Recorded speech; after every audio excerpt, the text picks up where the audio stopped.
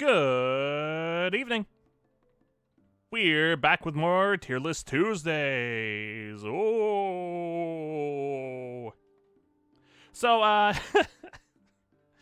yeah, it's been a bit since we did the last one. Actually, hang on. When was the last one? I'm gonna check that quick.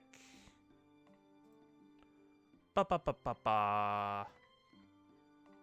Oh, wait, no, I would have to go to the dashboard.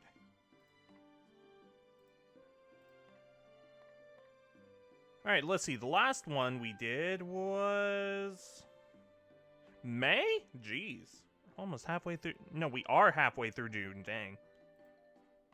That's fine. Everything's fine. So yeah, it's been a month since we've done Tierlist Tuesdays. And last time we did a general Nintendo tier list. And today we're going to be doing handheld consoles since we didn't do that last time. But before we start on the handhelds, I forgot to do this one, which is just ranking all of the controllers in general. Not just Nintendo, but all of them. And I didn't make this one, but this one was easy enough to determine, oh yeah, this is a good tier list because it's not hard to screw up. So yeah, we're gonna rank these controllers quick. Alright, let's get started. Nintendo Switch? Okay, so the Joy-Cons, it's hard to place them because they're not great controllers, I'll be honest. They're tiny, which are terrible for big-handed people like myself, and they have that problem of Joy-Con drift.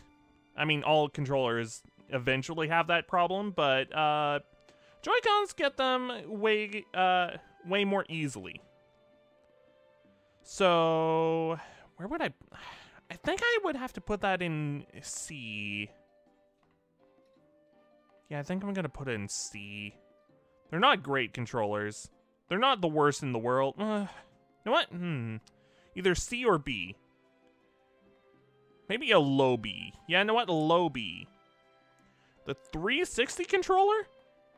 Gotta say, it is pretty good.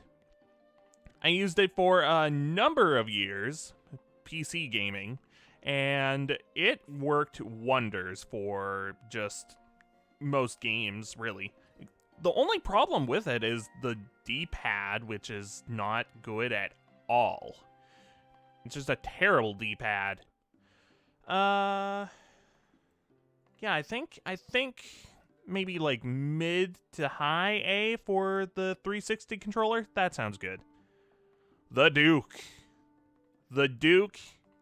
I have a lot of nostalgia tied to this one because we had an original Xbox, and that was the controller that we had as a kid. And it was fantastic, from what I remember anyways. Although, I will say that having the black and white buttons at the top of the controller like that does make it a bit awkward, but that doesn't make it, like, a terrible controller. That being said, the later Xbox controllers did improve on this. Although, I do like the thickness of this controller. The thickness of this controller makes the Duke what it is. It's just a good controller all around. I think I'll have to put it below 360 though. All right, SNES or not SNES. No, wait, no, yeah, that's SNES. Yeah, that's the Famicom controller. Okay. Not a bad controller. It does what it needs to do. It doesn't need an analog stick because they didn't need sticks back then.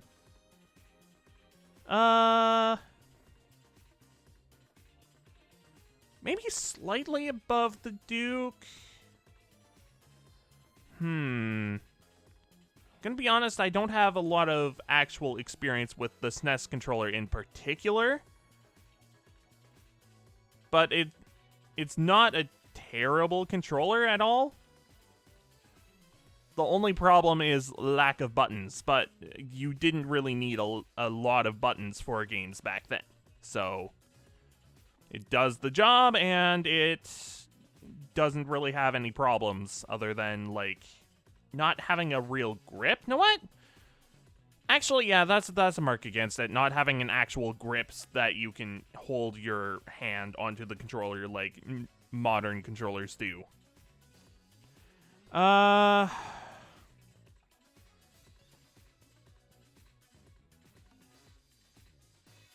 Maybe a low A.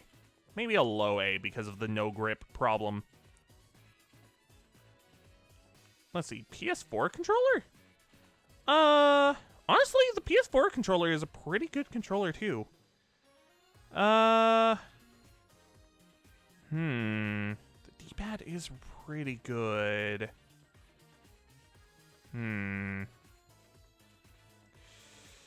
I might have to put it above 360. Dang it.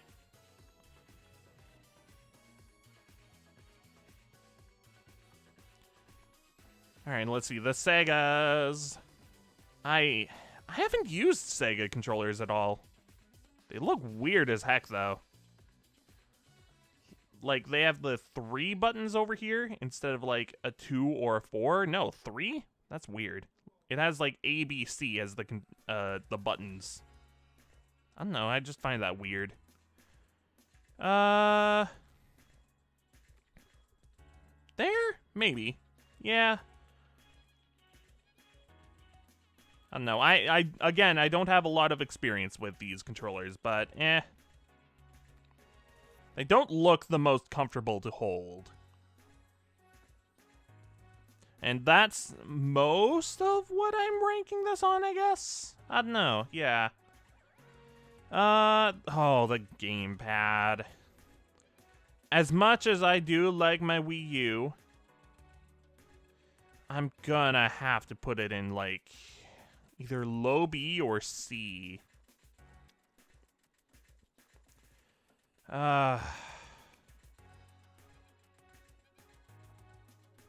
Low B or high C. The problem with the gamepad for the Wii U was that it was too clunky.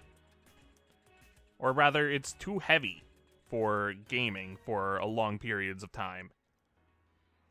And it also has the problem of the battery, because it has a screen on it, a touch screen, no less. So that drains the battery real quick, especially this far into its, well, I guess it doesn't really have life anymore because it's a retired console. So yeah, the battery life is terrible because that's just the way batteries go. They lose their charge and then they can't charge very well. And because it has the big old touchscreen and the motion controls and everything jammed in there, it drains the battery incredibly quick. Yeah, I think a high C will have to do for Wii U Pro Controller, or not Pro Controller, the Wii U controller. Wait, I just realized the Wii U Pro Controller isn't here. What? Why? You included the Switch Pro Controller. Dang it, this is automatically a bad list. Dang it. Okay, well, I'll just pretend that it's here, and I'm gonna put it in, like,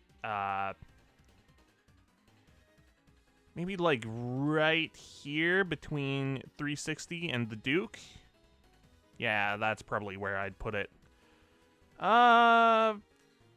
PS1 with, the DualShock. It's not like this is a terrible controller. In fact, it's pretty good for what it is. I'm gonna put it below the Joy-Cons, I think. Yeah, I think I'm gonna put it there. because while it's decent and it does the job, it's still PS1, so it's pretty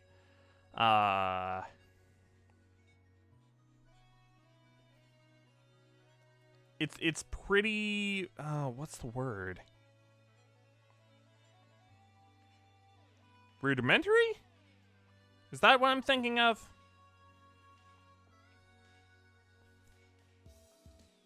It was one of Sony's first controllers. So, well, I guess it would be the second controller, but still.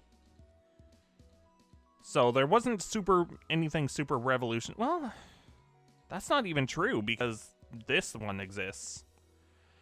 I don't know. All right, let's actually move on to this. I'll get back to my PS1 rant later. Honestly, I might put it in S. The Pro Controller for the Switch.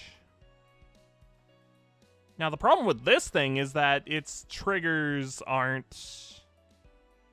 The triggers are buttons, because that's what Nintendo decided to do on... I guess it would be way back on the Wii. Because the GameCube had the, like... The not adjustable, the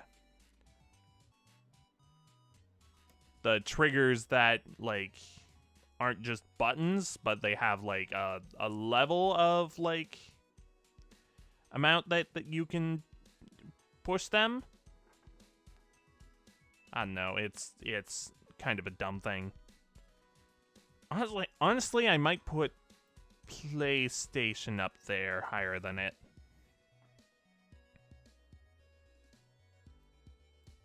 Just because of that trigger thing. I'm tempted to put 360 up there as well, but that D-pad was not good.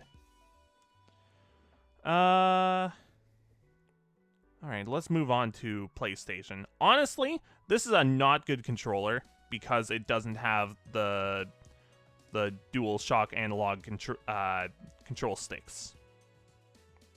Those control sticks were a huge improvement in controller quality. So, yeah, you get put in C. I'm tempted to put it in D, but I don't know. In fact, I might move these down too. Because I don't have a lot of experience with them and they don't look comfortable. PlayStation 3, this is a pretty good controller. I think I'll put it above 360. I think that fits pretty well. The only difference in like the only thing that PlayStation does differently between this is that it's like, yeah, the only thing that PlayStation does differently than Microsoft with its controllers, really, is that it's sleeker and the left control stick is in a different place. So you just need to get used to control stick placement. And then you're good to go. GameCube? Oh, I'm so tempted to put it above, maybe below 360. Now, the thing with the GameCube controller is that the D-pad isn't good at all either, and it has less buttons. So if you want to play a game with, I don't know, with a lot of buttons...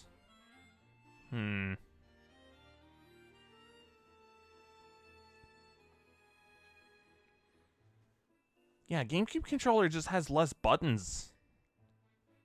So it's not as easy to make, or it wasn't as easy to make games for it with, like, I don't know, with a lot of controls? Yeah. But other than that, it's a pretty good controller.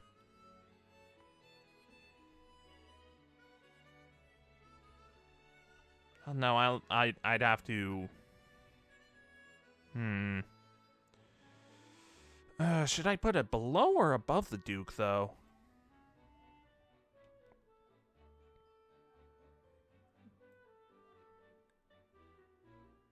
They're honestly, the GameCube controller and the Duke are around the same spot.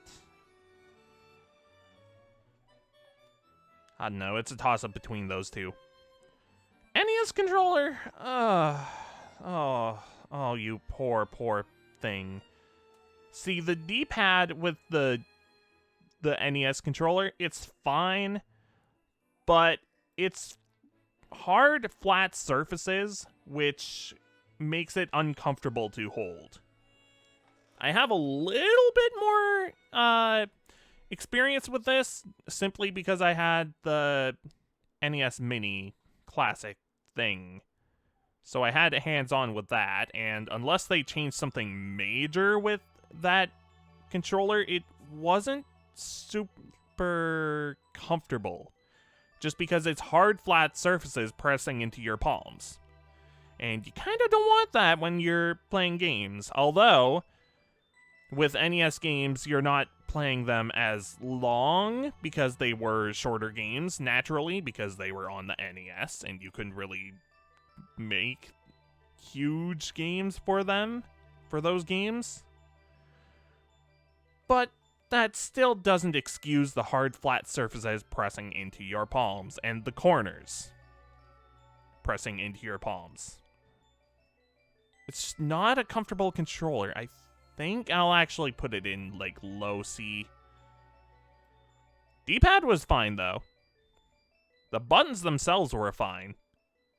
But comfortability is a major factor. Freaking OBS. Or internet, I don't know which one.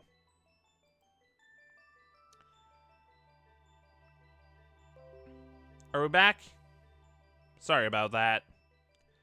Ugh. Hate it. Hate it, hate it, hate it. But yeah, the NES controller was not super good because it's just hard, flat surfaces and edges pressed into your palm when you're gaming. And there's only 4 buttons aside from the D-pad. The D-pad and 4 buttons. That's not really a lot to work with. You have to get creative with that one. Okay, here's a weird one. N64 controller. What in the world? What in the world? Why 3? Why 3 like this? No one has 3 hands. And when you're trying to play an N64 game, you're moving between the control stick and the D-pad a lot. So that's... I don't know, it's weird. It's just really weird.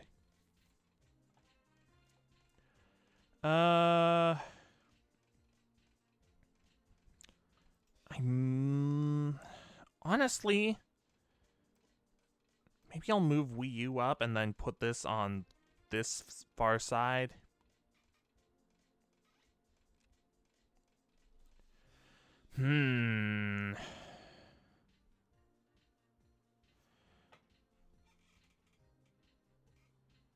So, this is the Dreamcast controller next. This looks really clunky. This looks incredibly clunky and just not comfortable to control. What were they even thinking in this era? Because they have the Dreamcast and the N64 controller. Like, why? They're both really clunky. At least with this one, you have a control stick, like this terrible thing. Yeah, I think I'll leave it below N64.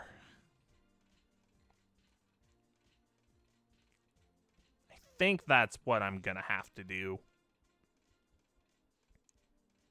Yeah, there's actually a few things missing in this list.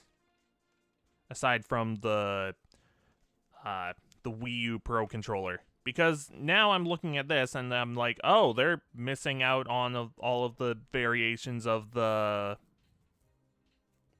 Wii Classic remote or Classic controller. Because those were actually pretty good controllers. The Classic controllers, pretty good. But I guess we're just ranking Wii for now. The Wii, as weird as it is, just having like a TV remote basically, honestly, it's a pretty good controller. The only problem was it was weird to develop around. Like, developers had a hard time working with it because it wasn't like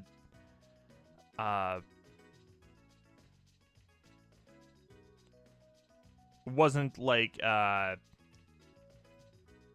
don't know, a common controller design? I'm trying to think of the word I was thinking of.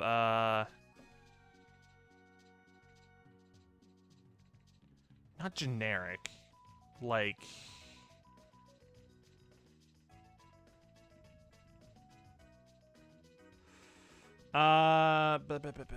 it was like unconventional. It was an unconventional controller, so it was very hard to design games around it. Nonetheless, it's not a bad controller itself. And although you do have to have like the accessories to play most games, so like you have the nunchuck, which is like 90% of games. But then you have the Classic controller, which was a really good addition. And then you have the Classic Controller Pro, which is just a better iteration of the Classic controller. Which, you just use that if you can. It's a really good controller. But this is about the Wii Remote and Nunchuck, which, honestly, they're not a bad controller at all. The only problem is that it's really weird. I don't know, it's just strange. Wait. Why is there two? Oh, is this because this is wireless and this is wired? No, wait, no. Hang on. This is PS2. Oh, okay, that actually makes sense. So PS1, PS2, PS3. PS3 is wired, or wireless. PS3 is wireless. It's a better controller than PS2. Is that the only difference between PS2 and PS3? I guess maybe a home button? I cannot tell that many differences between the two. Wow. Okay. That should show you that PlayStation doesn't really innovate a lot with its controllers. It just improves. It doesn't go all wacky like Nintendo, going from, oh, this is a brick for a controller. Oh, look, it's a dog bone. Oh, now you have to have 3 hands. Oh, and look at this thing. This is a controller that exists, and it works well for the games that it works well with, but there's not a lot of buttons compared to, I guess, the PS2. Oh, look, we're gonna use a television remote as a controller. What the heck? Oh, okay, I was confused why there were lyrics. Okay. That kind of threw me off for a second. Okay. Anyways, yeah, and then they were like, oh, we're gonna make the television into part of the controller. And then, oh, look, we're gonna do what we did with the Wii remote, except we're gonna make them tinier and even harder to control. Like, what? Nintendo, you are a silly company sometimes. Now this one, the not Duke original original Xbox controller. I do not like this controller as much as the Duke because it's tinier and it's clunkier and it's like, how do you make a controller that's tinier and clunkier? And it just feels not as good to play with. I don't know. It's not as good. I've noticed that there's also a lack of Xbox Series X and PS5 controller on this as well. Oh well, that's well enough because I don't have any experience with either of them. And same with this controller. But I've heard good things and it does look fairly comfortable. I think I'll put it in S. Yeah, I think I'll put it in S. And know what? I'm going to put PlayStation right there. The original PlayStation controller, because it doesn't have the control sticks, a bad controller. You don't make 3D with this kind of controller. That's the kind of controller that would be on, like, NES. Maybe SNES. But 3D? Get out of here with that. First controller with, or not first control, not even first console with 3D. Yeah, get out of here with that. I think this is the tier list I'm gonna go with. I think these are the tiers that I'm going to go with. Let me just make sure. I might bump up the Wii remote. It was weird, but it didn't feel bad to control, and it was actually fairly comfortable when you have the rubber jacket on it. Only problem is lack of buttons. There's not very many buttons to play with it, but it's a motion controller, so it's made to use your arms. I don't know. Yeah, I think this is actually going to be the list.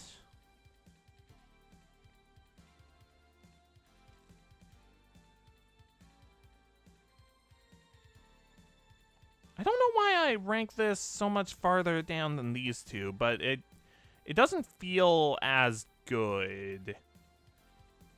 The original, I guess, the second iteration of the original PlayStation controller. Yeah, it doesn't feel as good. I like how I said I was gonna put this in low B, but then it ended up being high because most everything else was either in A or C. I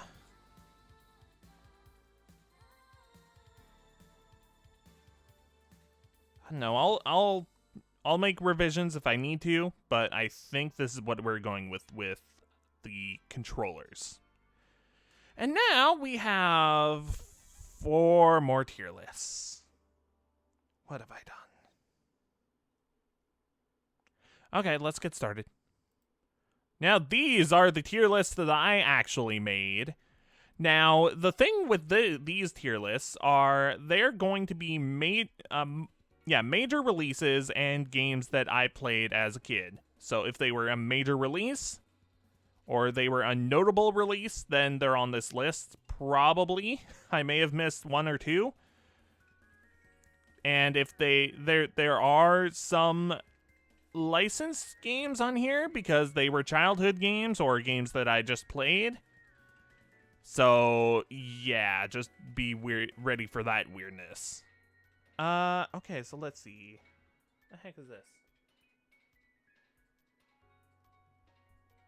Now, what is that? What is that? The heck? I made these lists myself. Why can't I recognize that? Okay, hang on. Let's just go into the actual thing. Alleyway. What the heck is Alleyway? Why did I put it on this list? I've never played it. Balloon Kid. Is that the same as Balloon Fight? I don't know. Why did I put that on this list? Oh well. Donkey Kong. Donkey Kong 94? Was that the one? Was that the year that it came out? I don't know. It came out in the early 90s. It was the precursor to... it came out before Donkey Kong Country, but it was a precursor to, like, Mario vs. Donkey Kong. I've seen a playthrough of it, and it was it looked like a fun game. I think I'll put it in good. Donkey Kong Land. You, my friend, get... I mean, you were alright. Oh wait, that was 2. This is 1. I don't know. I played these a little bit when I was a kid, but they weren't like a major part of my childhood. I don't even remember which one I did play because I only played one of them. Like, I only had one of these and I don't remember which one, so I'm just gonna group them together. I remember them being decent games. They were alright. I wouldn't say they're meh. I might put that... leave that as is. Yeah, I think I remember them being good games. Not great, not meh, but good. Okay, so Final Fantasy Adventure was a fun game. I actually played it, like, last year. And it was fun. There were some outdated stuff, but I was mostly able to figure it out on my own, and it was a fun time. I'll put it above Donkey Kong. Harvest Moon, never played it. What the heck is this? Let's consult the list.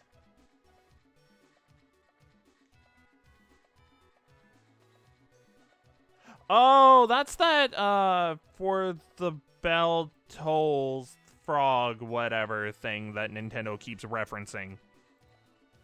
I've never played it. Kirby's Dream Land is great. Legitimately a fun game and a good half hour to just play through. It's a fun game. I wouldn't say it's fantastic.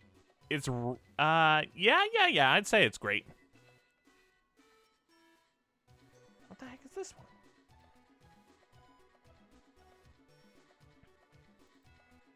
Kid Dracula? Okay. I've never played it. Man, a lot of these are just going to be never played.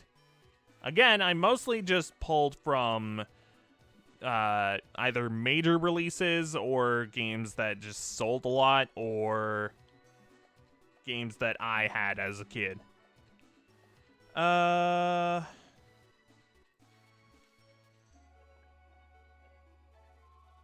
This one I've played a little, not a lot, but a little. It was it was meh. It wasn't terrible. It wasn't bad. It was just It was alright.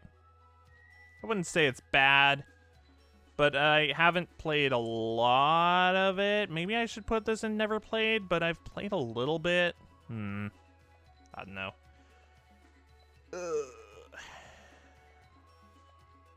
Kirby's Dream Land 2? That was a fun time. I think I had more fun with Kirby's Dream Land 1, though. Although you do have the animal buddies, I did have fun with that. I'll put it lower than Dreamland. Kirby's Pinball? Never played it. Kirby's... Is that Tilt and Tumble?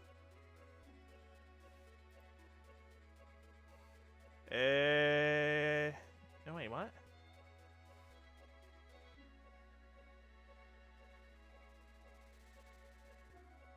Yeah, I guess that's Tilt and Tumble. Okay.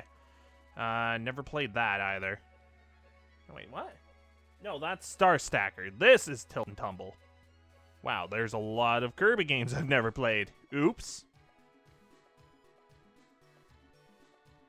What's this?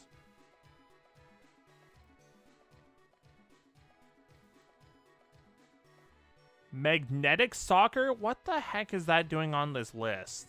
Is that a major release? I guess. Mario's Picross? It's Picross. It's alright. I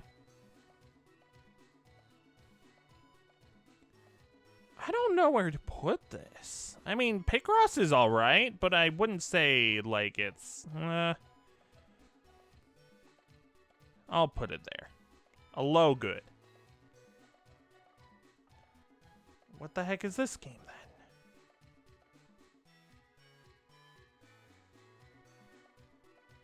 Oh, that's Mega Man Extreme 2. Okay. And this is Extreme 1? Looks like. Yeah. Those are good games.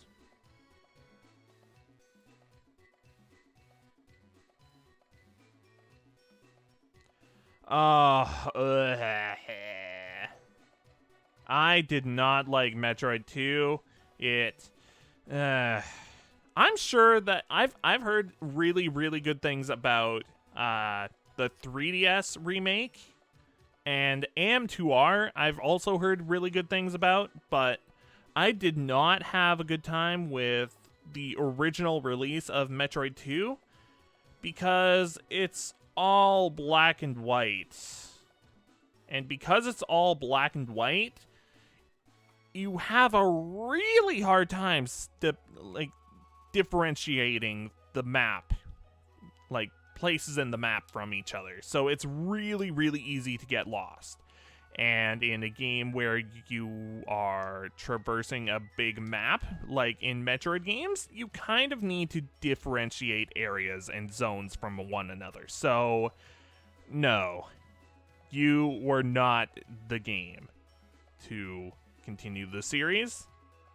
But you continued, and then you gave us Super Metroid. So, welp, Super Metroid was great. This game, not so much, because it was so hard to differentiate zones from one another, because, oh, look at this! We got it on a handheld console, we only have one color. What the heck is this? Is that mole game that they also reference a bunch? Yeah, Mole Mania, okay. I've never played it. The Oracle games, yo! Okay, the Oracle games, fantastic. I'm gonna put them all, yeah, I'm gonna put them in fantastic, because that's what they are, fantastic. Honestly, I'm tempted to put them in top tier. Very tempted. And Ages is definitely better than Seasons. Not gonna argue that. It's just better. Or I like it better anyways. Maybe I like it better because that's the one I played first. I don't know, but they're still really good games. In fact, fantastic games. That's why they're in the fantastic category. Pinocchio. Okay, so this is actually a game that I had as a kid. And it's... I won't say meh. I mean, I won't say bad, simply because it's nostalgia, and also it actually has good adaptation of the music from the Disney movie. Hang on, I actually have it in here somewhere.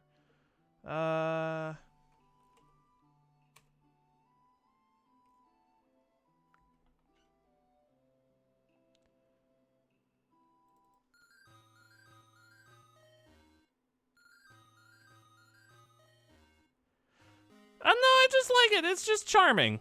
They did a good job with the music for a Game Boy game based on a licensed movie and stuff.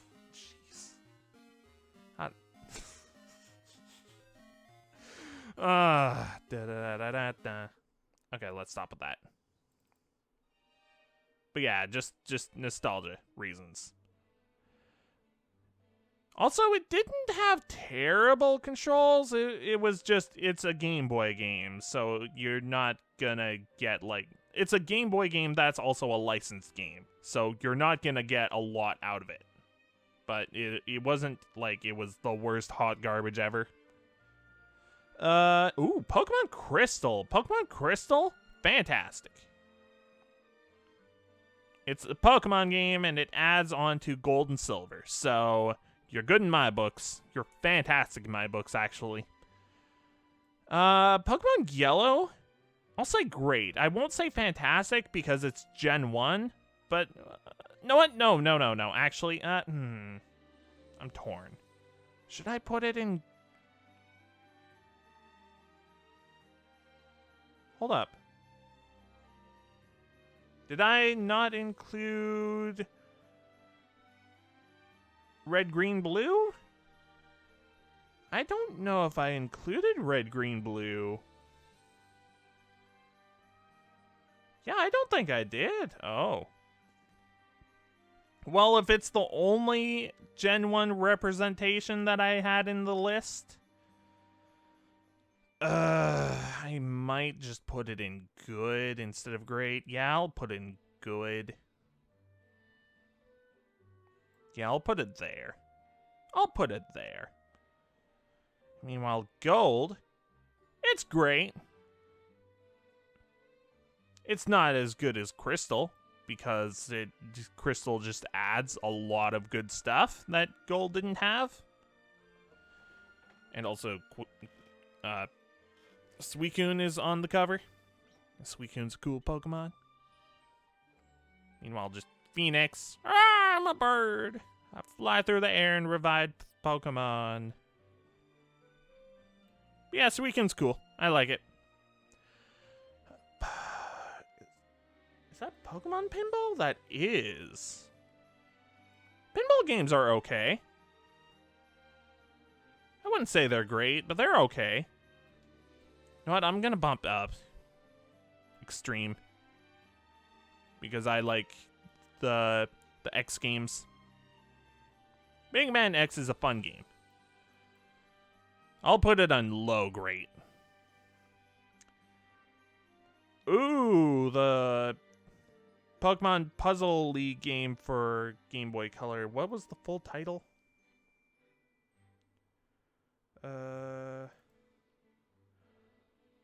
Pokemon Puzzle Challenge. It's Puzzle League, but Game Boy Color. Puzzle League is / Tetris Chat Attack / Panel de Pon / whatever you want to call it. It's great. It's inherently a great formula for a puzzle game. You just swap 2 blocks, and if you make a line of 3 or whatever, then you pop. I don't know. It's fun. It's a fun formula. Let's see. The TCG? I'm gonna be honest, I never played the trading card game for the Game Boy Color. I just never played it. Maybe I'll do that on stream sometime. I don't know. It'll depend on a bunch of things, though. Link's Awakening? I'm gonna be honest, I don't like it that much. I'm sure that the remake fixes a lot of stuff, but there's too many text boxes that are completely unnecessary. And there was a period of time where everyone was doing Link's Awakening. Like, everyone was Let's Playing it and streaming it all at once at a period of time, and it made me really burned out on it at the time. So that was like, oh yeah, I've seen this too much, and it's okay, I guess? I don't know. And even with the director's cut, like, I don't know. I still haven't played the remake, but I'm sure it fixes a lot of stuff that are like, I don't know, I don't like being interrupted in my game with a text box of, oh, you got a thing and you're powered up, you got 30 seconds to use it, or, oh, this pot's too heavy, you can't lift it. So you have to deal with, if you touch it for a split second, then you have to deal with the text box popping up every single time.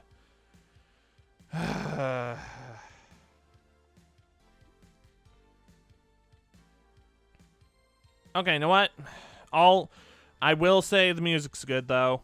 And I won't say that the puzzles are bad at all, but man, I don't know. Gonna level with you. I'm a little biased against it. I don't know. What I'm on the flip side, I am biased towards this.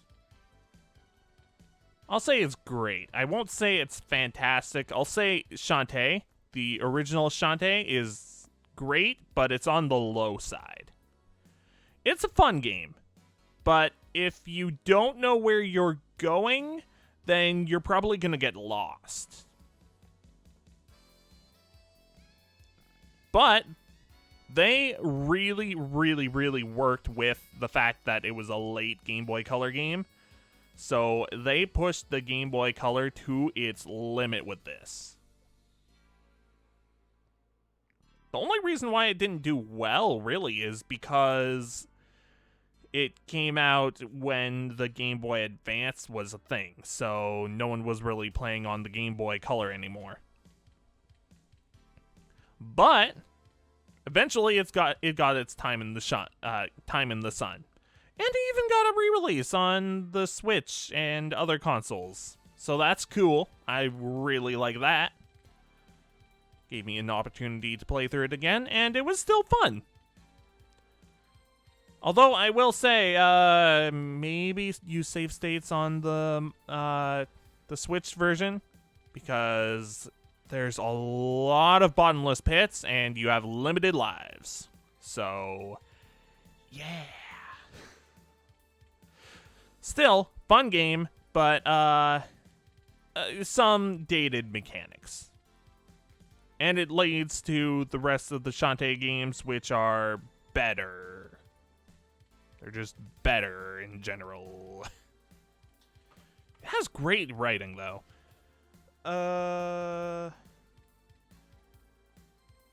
Let's see here. What's next? What is this? Solar Striker. What the heck is this? I don't know it. Why is it on this list? I made this myself. Why did I put some of these on here? Just because they were major releases or something? I don't know. Mario Land 2. The 7?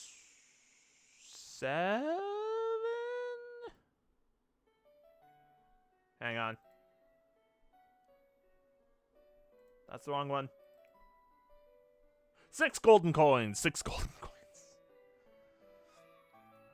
It's a really good game. It's a great game, actually. Honestly, I might put it above Pokemon? Why hasn't this gotten a remake? Like, why hasn't this gotten an actual full remake, is my question. It's a great game. It should get a remake.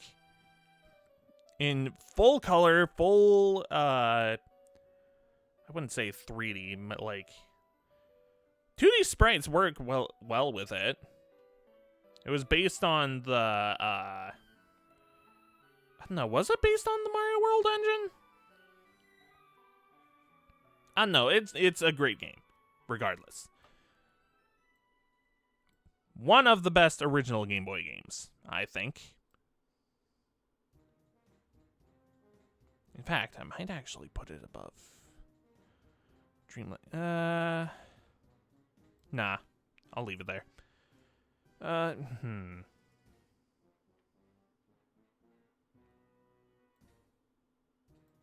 Below gold. It is a great game, a great 2D platformer, and fantastic music. The original Super Mario Land does not do as well. It's not a terrible game by any stretch, but it does not fare much better. I think I'll put it there. I think I'll put it there. In fact, I might move pinball down because I'm not a huge pinball guy. Yeah, you know what? I'm actually not a pinball guy at all, so there's fine. Wario Land 3? Heck yeah! No, wait. Yeah, that's Game Boy Color. Why did I think it was Game Boy Advance? The Wario Land games are fantastic. I like them. In fact, I might just put both those up there. Yeah, you know what? I'll put both of them up there. Fantastic games. The original Wario Land, I'll say great. I'll put it below Shantae.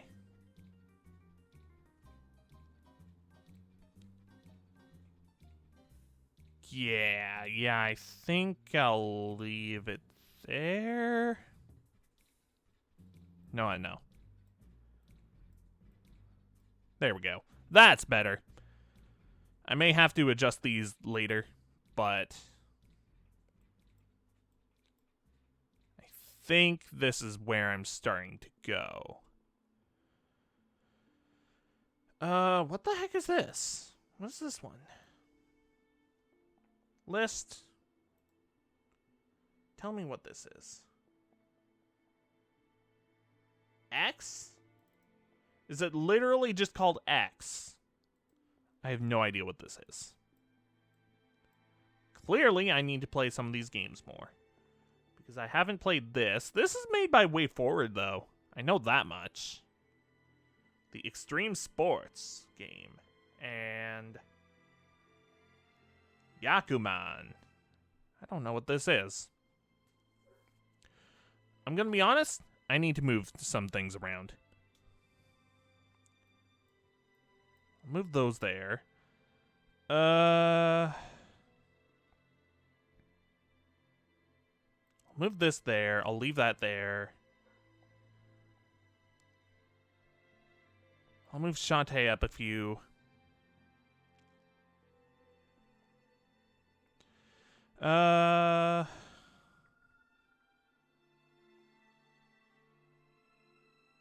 Honestly, I don't know why I made this tier if I'm not going to put anything in it. I feel guilty putting a Metroid game in hot garbage category, even if it is Metroid 2, but I feel guilty about it. Like, there's a difference between bad and hot garbage. But there has to be something that's there.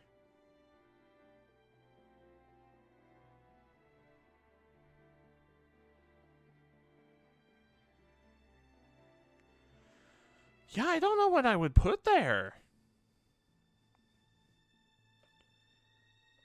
I think I'll move the, no, it's Pokemon. But it's Gen 1 Pokemon.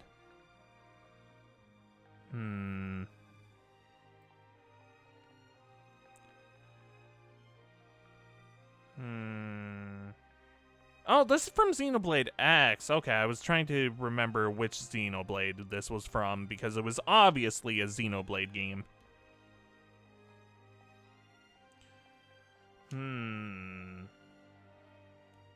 I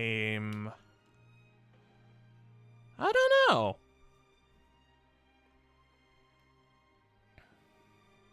I have a hard time putting anything in hot garbage category. I think this is mostly what I'm going to go with.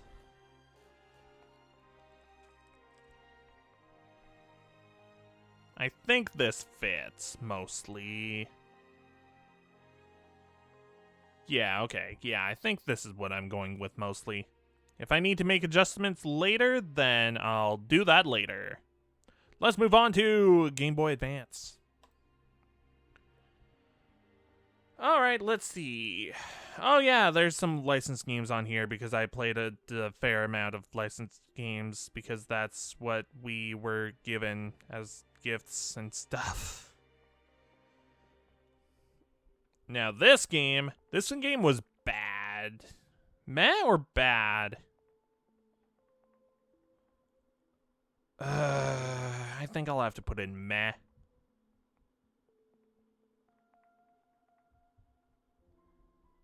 Same with this one. We were given a lot of licensed Game Boy Advance games when we were kids. And we played them because what are you going to do with games other than play with them? You're not just going to throw them out. Okay, Pokemon Mystery Dungeon. Fantastic. It's a great formula, and it's a really, really good story and stuff, and you get to see all the Pokemon in the wild, and it's a fun time. I like it. Muppets on with the show. Meh.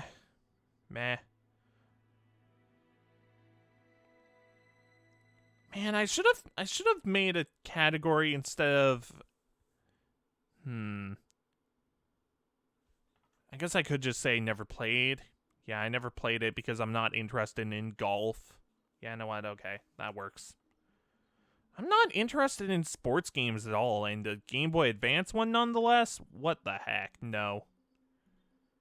Advance Wars? I've never played Advance Wars, but it looks fun.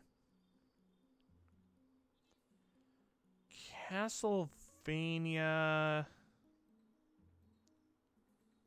Is that Aria of Sorrow? I think that's Aria of Sorrow. Yep, okay. Aria of Sorrow, I haven't played it myself, but I've seen a Let's Play of it. It was fun. It was a fun-looking game. And I hear good things about it all the time. It's a fun game. Banjo Pilot... I've never played it. I've played a little bit of Grunty's Revenge.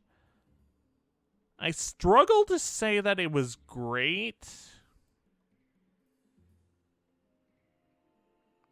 I'll say it's good.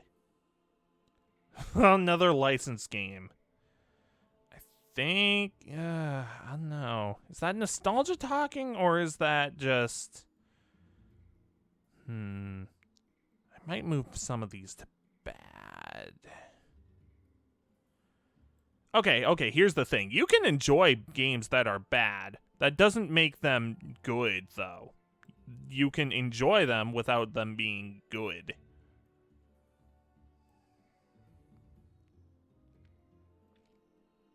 Mother 3, oh, bop. All the way to the tippity top with you. Fantastic game, fantastic story. I like the combat, and it's a fun game all around. DK, King of Swing. That's King of Swing, right? Yeah, that's totally King of Swing. Meh. It didn't. I played a little bit of it. It wasn't great. It wasn't even that good. It was It was meh. Ooh, was this Sacred Stones? I have not played it yet. I own it, but I have not played it. I have it on the Wii U Virtual Console of all things. I should probably play it at some point. But I still have so many other RPGs that I need to play. The problem is they're too long and I don't want to be burnt out on them. Because that's what happens when you play too many similar games all in a row. You get burned out. I don't want that to happen. F-Zero. Never played the Game Boy Advance one. What's this one? What is that? What is that? Oh, is that Treasure Planet? Oh, that was a fun game. So it's like an overhead puzzle game? I guess it would be a puzzle game. But yeah, it was a fun game. It was based on the movie, the Disney movie. Another licensed game, but it was still fun. I think, anyways.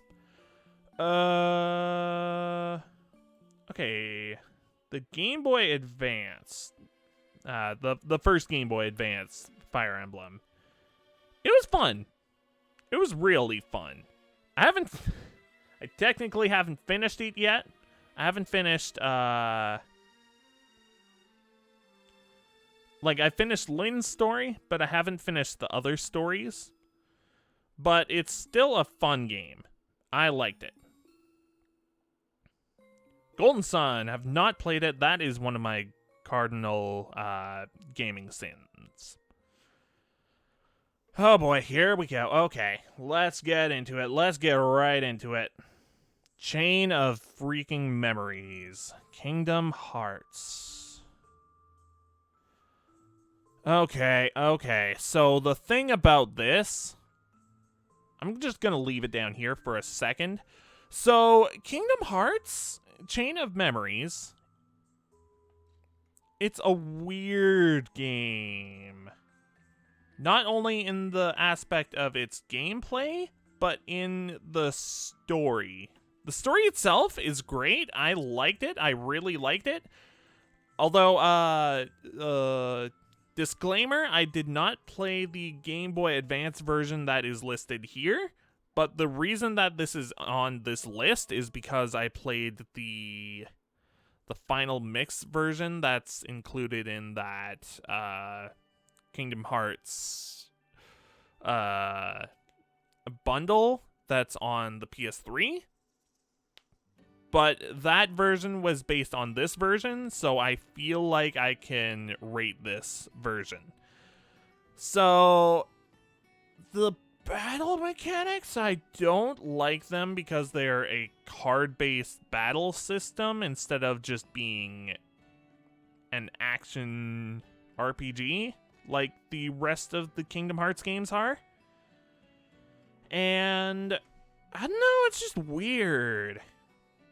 The story is really good, but it's also weird, but weird in a different way, weird in a good way, but the battle system is weird in a bad way. I didn't like it. The story, it's weird but good. Battle system is weird but bad? Weird, but I didn't like it, maybe. Yeah, that's probably a better way of putting it.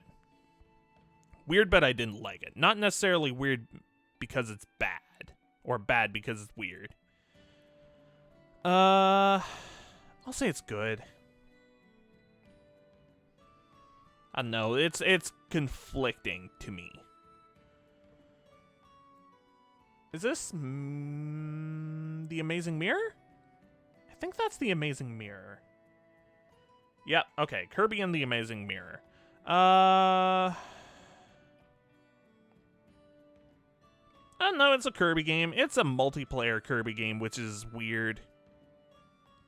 But it's still a Kirby game. I'll say it's good. In fact, I'll say Banjo's better. I don't know, it's a weird Kirby game. Oh, heck. Superstar Saga. I'll say that's... I'll say it's fantastic. I'm gonna be honest, I have not played through the entirety of the game, simply because other games came up and other responsibilities also came up. I'll play through the entire thing someday on stream or whatnot, but it's fun. The battle mechanics are really fun.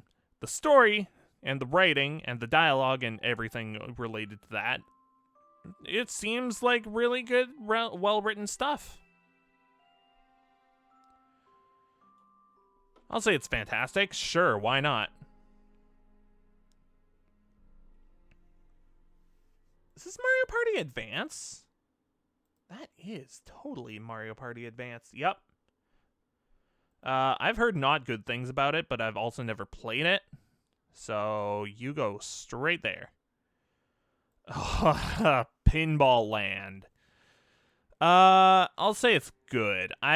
It's weird. So you're Mario, and then you're turned into a pinball, and then you get put into a giant pinball land where you're bouncing all over the place as Mario, as a pinball. It's weird.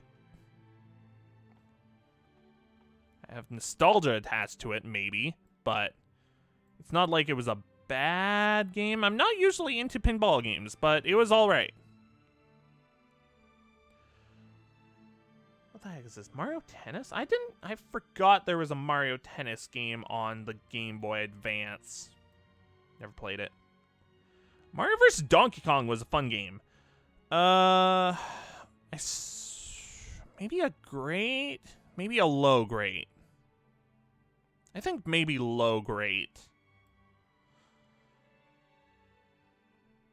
Or high good. Know what? High good. I don't know. I had fun with it, but some of the later puzzles are really, really weird. I'm not sure that I like some of the later puzzles.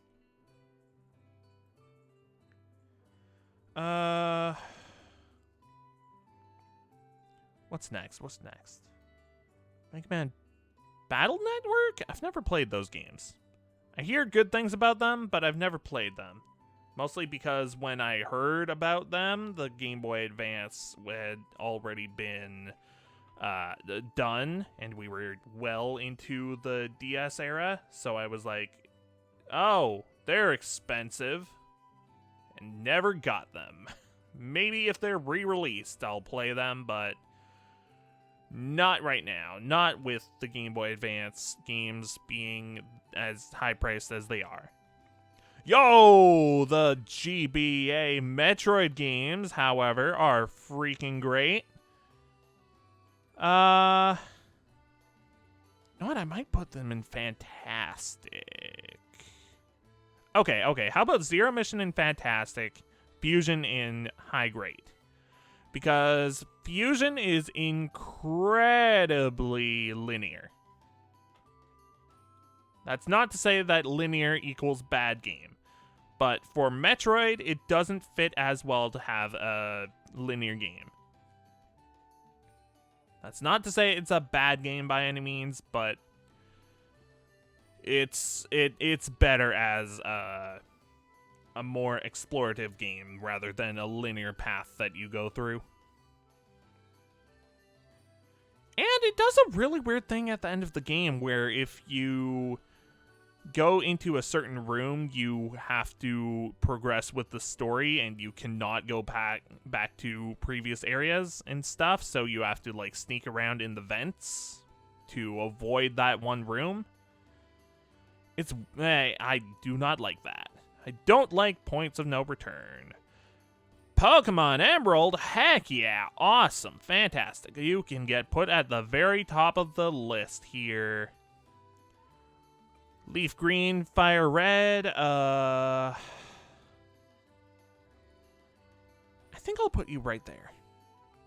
I still need to finish the freaking LP of this. I'll finish it one day, I swear it. I just need to get to, actually streaming it because I've been preoccupied. I've been preoccupied with so much stuff.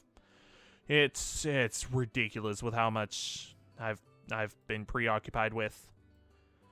Okay, so Pokemon Pinball, Ruby Sapphire. I'll put it right beside Pinball Land. In fact, maybe I'll put it like here, because you get to catch Pokemon, and there's like a Pokedex, and your progress isn't like erased when you get like a game over. I think you still have like the Pokedex entries, so it's not like it's you lose all of your progress when you lose all your pinballs and stuff. It's...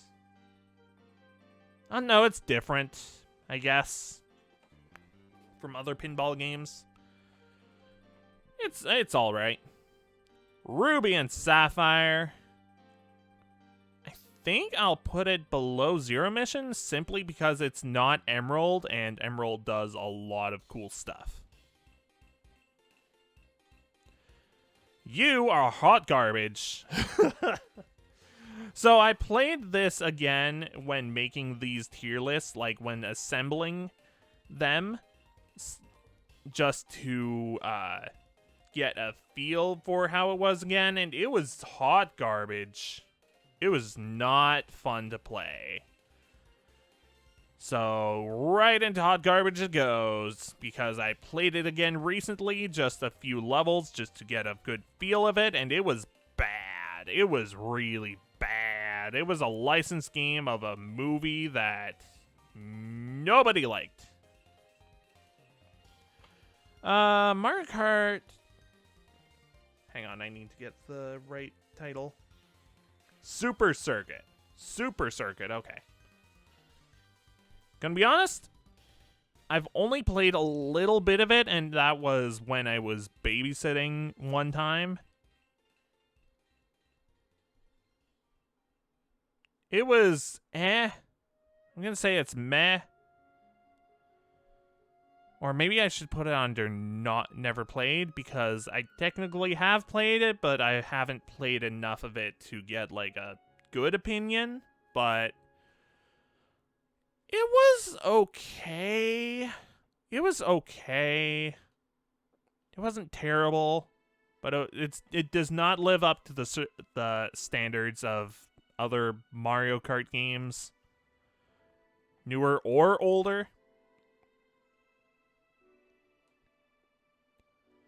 No, I'll put it in meh. I'll put it in meh. Minish Cap, yo. Minish Cap, heck yeah, awesome. Great game. Maybe I'll put it below Emerald because it does have the kinstones that are annoying. And the seashells. I forgot about the seashells. Yeah, you know what? Yeah. It's a mostly good game with the seashells and the kinstones aside. Oh, is this Golden Sun 2? I've never played Golden Sun 2 either. Is that Yoshi's Tilt and Tumble? No, wait, no. That was Kirby's Tilt and Tumble. This was... similar concept, but a different name. In this list, it's called Yoshi's Gravitational... or Universal Gravitation. But it was called something different in North America. I don't know why. I've never played it. Wario Land games are great. You automatically get put right here? Right here sounds good from Wario Land 4. What's this? Wario Land? Or not Wario Land. WarioWare Inc.? Yeah. Wario Land games are good. They're really good. In fact, you know what? You can be in great. You can be in low grade. You're in micro game. You're just a bunch of micro games, but you're still fun. Oh wait, no, this was micro games. Then what was that? No, wait, no. This is Twisted. I thought Twisted was on the Wii. What am I thinking of? That's on the Wii. I don't know. But WarioWare games, most of the time, are excellent. So, yeah, sure, you can be right beside each other. Man, has there been a bad Wario... Oh, wait a minute. The Virtual Boy. Right. Simply for being on the Virtual Boy, you, get demoted points. Oh, I never made a Virtual Boy list because I've never played on the Virtual Boy, but still. That's why I never made a Virtual Boy list, because I never played it. Because it's bad, and also it was before my time. Anyways. Next list. DS. Alright, so I'm gonna be honest. There's a few licensed games on this list too, because they were also gifts and stuff for like birthday and Christmas and stuff, but whatever. Licensed game number 1, Shrek the Third. You get put in meh. Chrono Trigger, freaking top tier SSS whatever, automatically, because you are a beautiful, beautiful game on your own, and I've heard that the DS version only adds to it with like cinematics and stuff that are really good. Spider-Man 3, I'm actually gonna put in good because it was actually an okay game that was fun to play. I liked it. Sonic Colors, it was good. I struggle to say it was great. It was good. Sonic Colors on the DS was okay in my books. It wasn't bad. It wasn't great. It was okay. But everyone prefers the Wii version because it's superior. It's better. Because it was a 3D game as opposed to a 2D whatever this it was. It was actually like 2.5D or something. Ace Attorney games. Okay, so this is Miles Edgeworth Investigations 1. Fantastic. Animal Crossing, also fantastic. Ooh, I think I'm gonna put Explorers of the Sky in super tier. Yeah, I'll put it there. You deserve it. Fire Emblem Shadow Dragon. This was a remake of the first Fire Emblem game, and they put it on the DS. It was fun. I struggle to say it was a great Fire Emblem game, but it was a good one.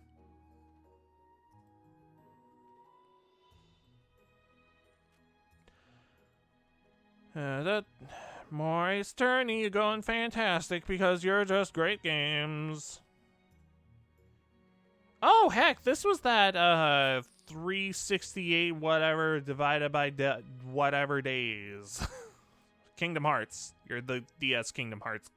There were frickin' 2 DS Kingdom Hearts games. I need to differentiate them.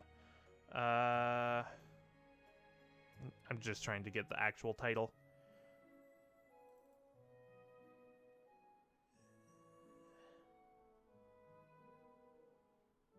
$358 by 2 days. So, this is actually the same case that with the Chain of Memories. I didn't actually get to play the DS version, but I guess I did get to see the cutscenes because they were included in the PS3 bundle thing. The story itself is great. The gameplay, I don't know, it looks alright, but it doesn't look like anything that's super fantastic to write home about. But the story, it's great. I liked it. Metroid Prime Hunters, rather. It was good. It was good. It was good. It wasn't the worst thing in the world to play.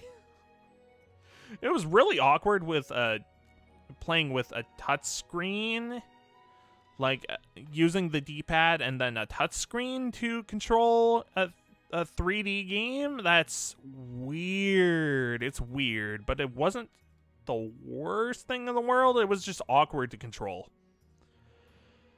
So yeah, you just get put in low good.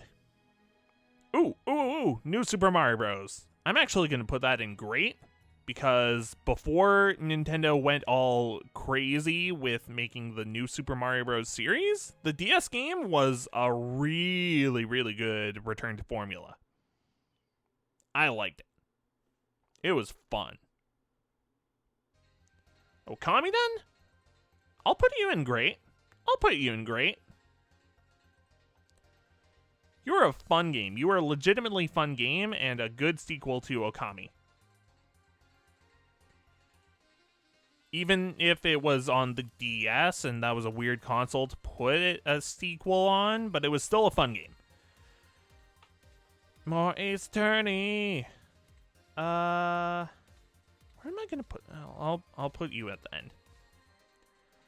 Okay, here we go. We're getting into the big meat and potatoes of the DS list, because Pokemon absolutely dominated the DS era of games. Okay, so Pokemon Black? Hold up, where's the other Gen 5? Oh. I guess I labeled it as White 2. Okay. Sure, whatever. Pokemon Black 2 and White 2? I'll say they're great. And the reason why they're only in this and not any higher is because, I don't know, the Pokemon in Gen 5 were... I don't know, I didn't like the fact... Like, I really didn't like the fact that there's no familiar Pokemon in the original Pokemon Black and White.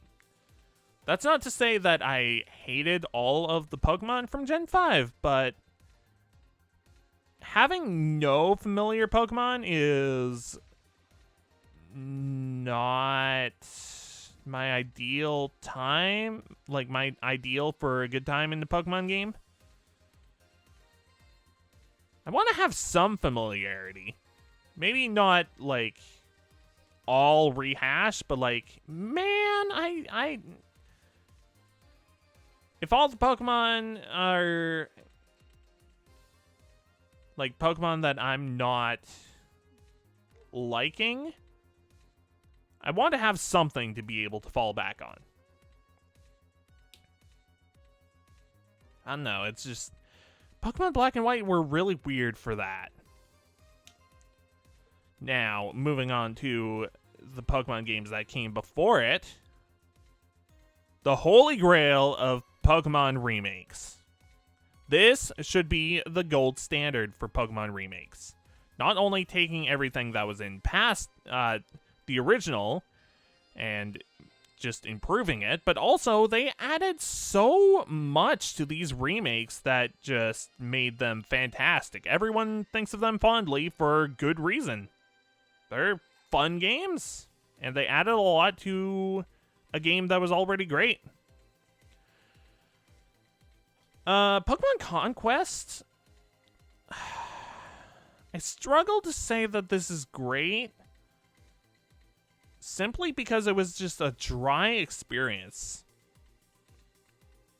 And what I mean by that is that all of the character dialogue was really dry, and it didn't really add much to anything. Like,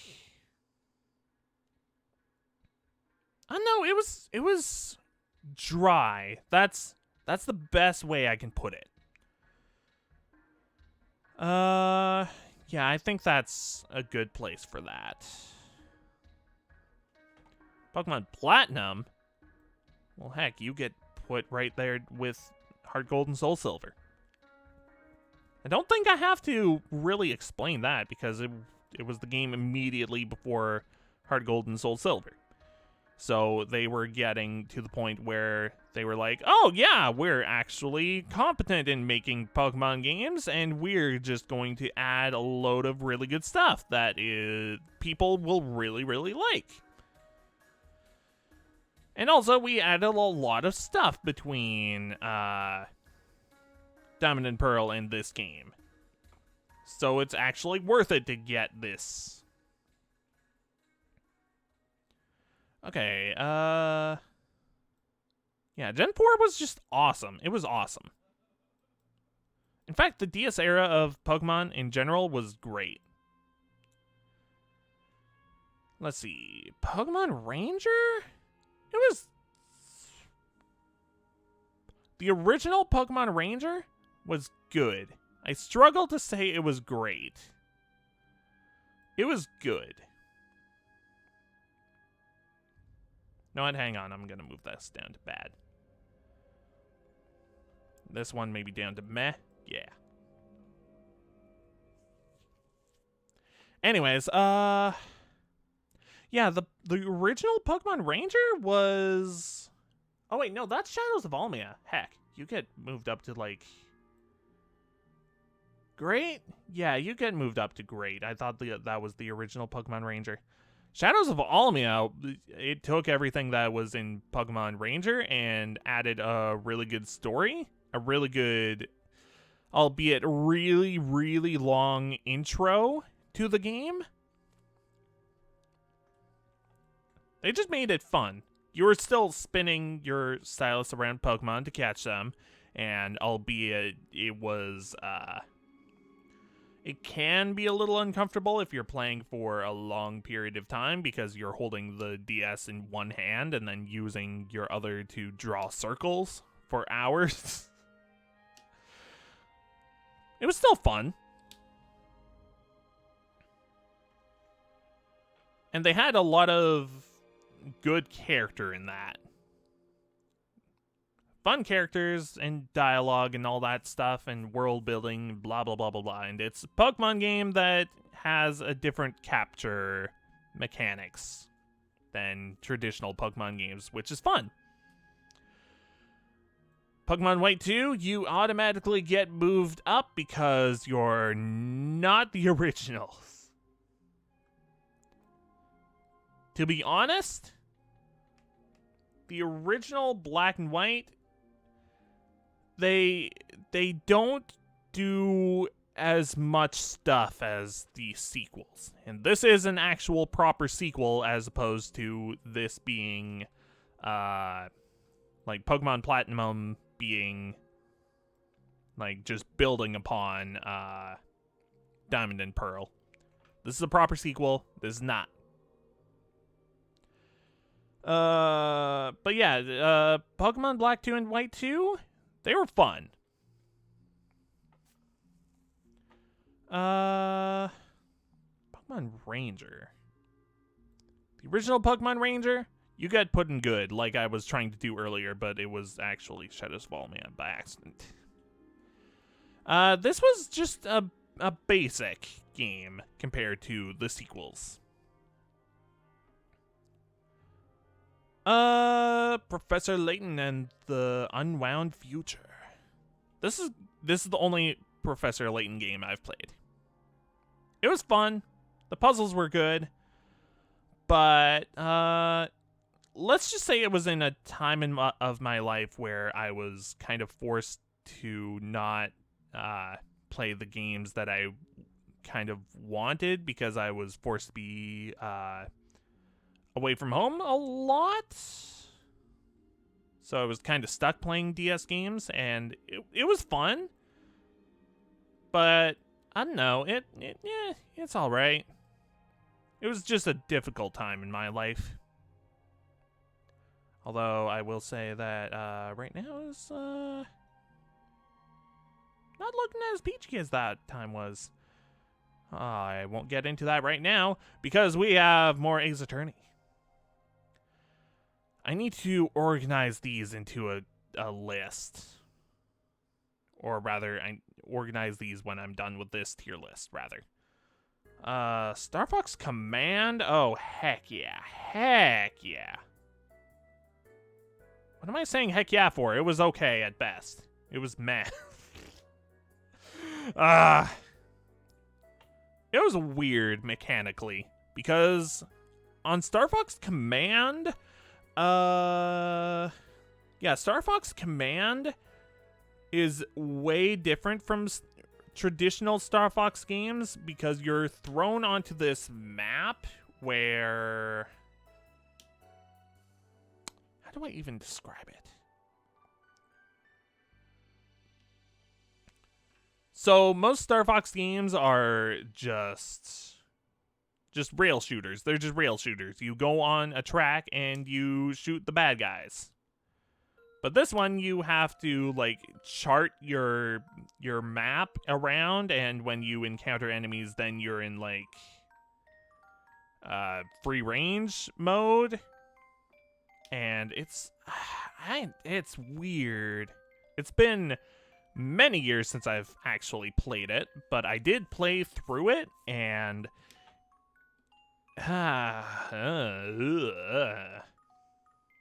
no, it's not necessarily bad, it is just different from Star Fox games. It was still in that era where they still didn't know what they wanted to do, and to be honest, they're kind of still in that state. They don't know what to do with Star Fox for some reason. After, actually, even before Assault, because Star Fox Adventures happened. Yeah, Nintendo just doesn't know what to do with Star Fox, because they keep having to go back to rehashing Star Fox 64. I don't know, yeah, I'm just gonna leave it in meh. Star Fox Command was not the ideal Star Fox game. I'm gonna take a sip of water if you don't mind.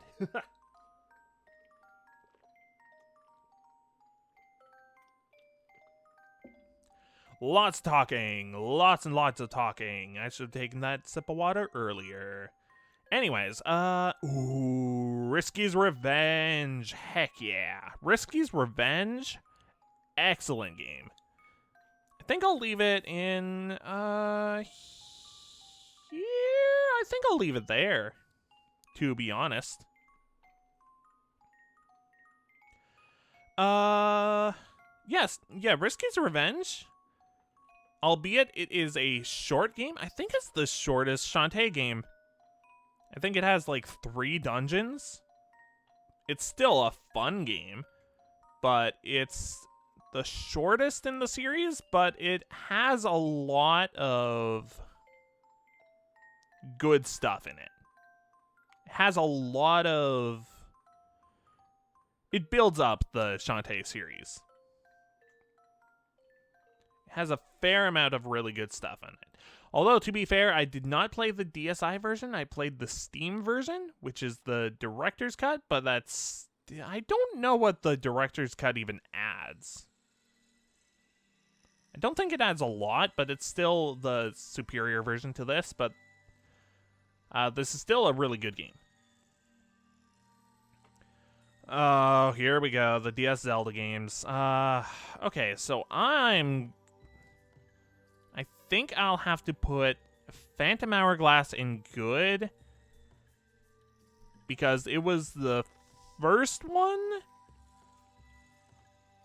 and because of that, I can't really give them a lot of flack for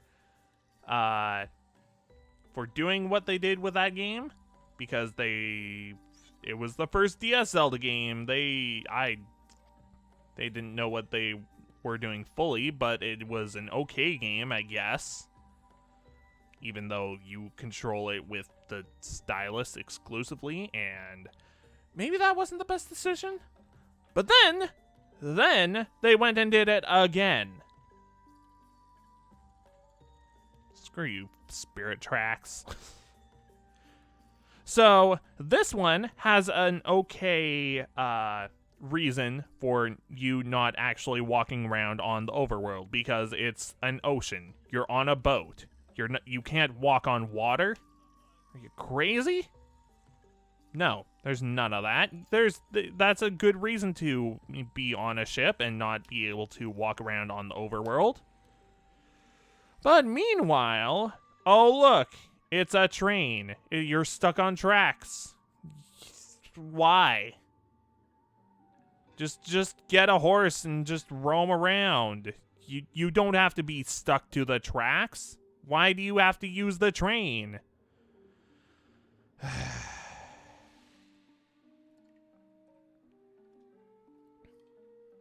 I know a lot of people have it inverted, where Spirit Tracks is better than Phantom Hourglass, but these are my opinions. These are my stinky opinions. I just like Phantom Hourglass more than Spirit Tracks. That's just how it be. Oh, this was a fun one. This was a legitimately fun game. So, unlike most Sims games, the DS version of Sims 2 actually has a story where you're trying to build up a hotel in the middle of a desert. And it actually has a decent story and comedy, and it was fun. It was a fun game. I don't know why they made it like that, but it was still a fun game. It was really different from actual Sims games. It was still fun, though. I don't know. I'd actually like to play that again someday, maybe. Oh, heck yeah. The World Ends With You? Great game. I'll actually put that at... Do I put it in Fantastic? No, I'll put it in Great. The top of the Great list. If you know The World Ends With You, you know it's a great game. It has a great story. It's fun to battle in, and it's a great game from Square Enix. Fun game. Wario Land Master of Disguise?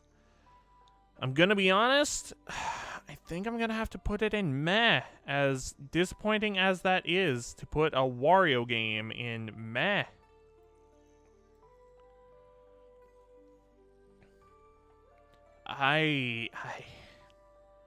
It's unfortunate because it's slow and no, it's not as fun to play somehow. And to get the treasures that you need to get money so that you can actually like get a good score and stuff, you need to play mini games, which is like not really what Wario Land is about.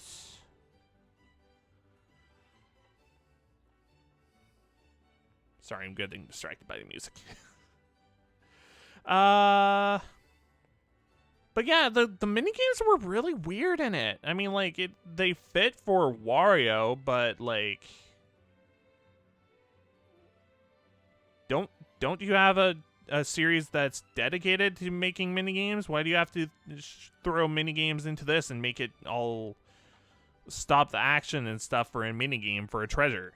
Like, it's weird. I don't know. Speaking of Wario and minigames, this WarioWare DIY, you get to make your own minigames. What? Like,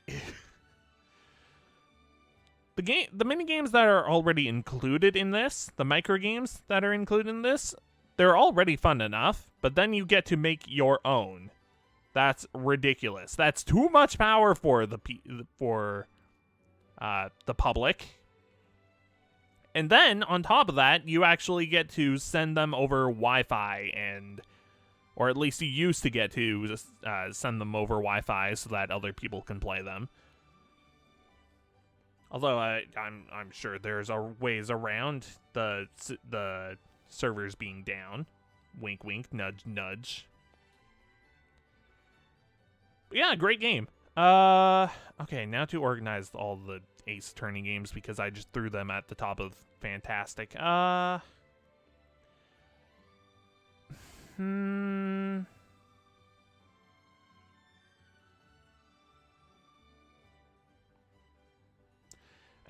think I'll have it be like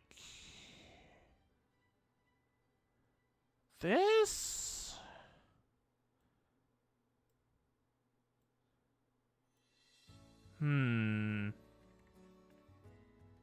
Maybe I'll have it be like...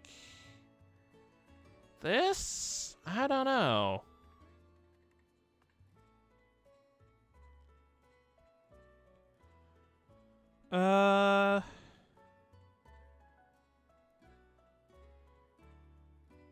Yeah, I think I'll have it be like this.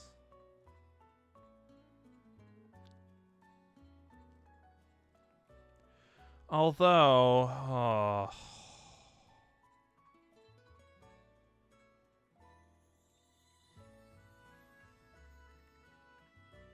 Yeah, I think I'll have it be like this.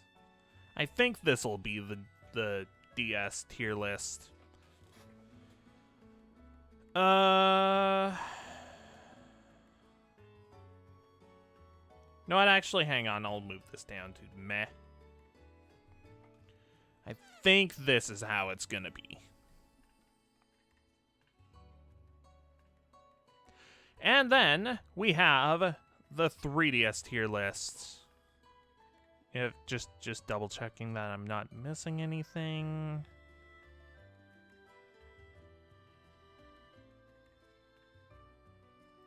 I'll move that up. No, yeah. Okay, now onto the 3DS tier list. All right, this is not nearly as long as this one because I did not get nearly as many 3DS games. I did not buy nearly as many because games be expensive. All right, oh boy, okay. This is actually a great game. There's a few little weird quirks with Donkey Kong Country Returns 3D, but it's still a fantastic game. I kind of wish they'd re-release this to the Switch. Like, make it all fancy and stuff. Although they did re-release the original Donkey Kong Country Returns to the Wii U, but that's not the Switch. Luigi's Mansion, oh yeah, this was the remake. I forgot they made a remake. I'm gonna be honest, do I include this in Never Played because I never played this specific port? Or do I include it in Fantastic because I did play the original game?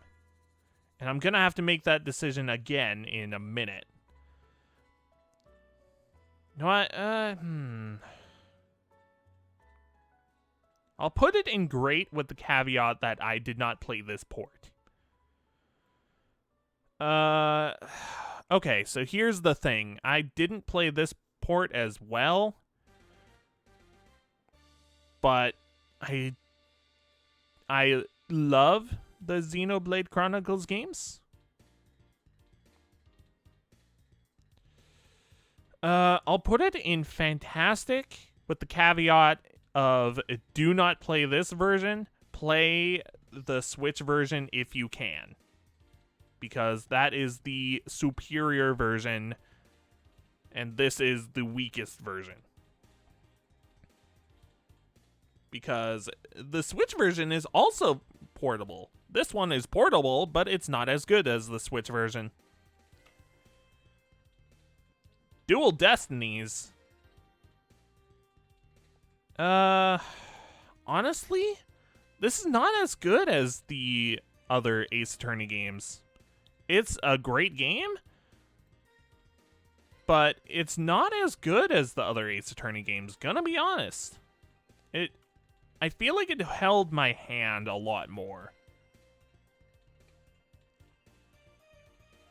I didn't like that it held my hand more and like whisked me away at certain points in the plot when I wanted to still explore and get dialogue for stuff.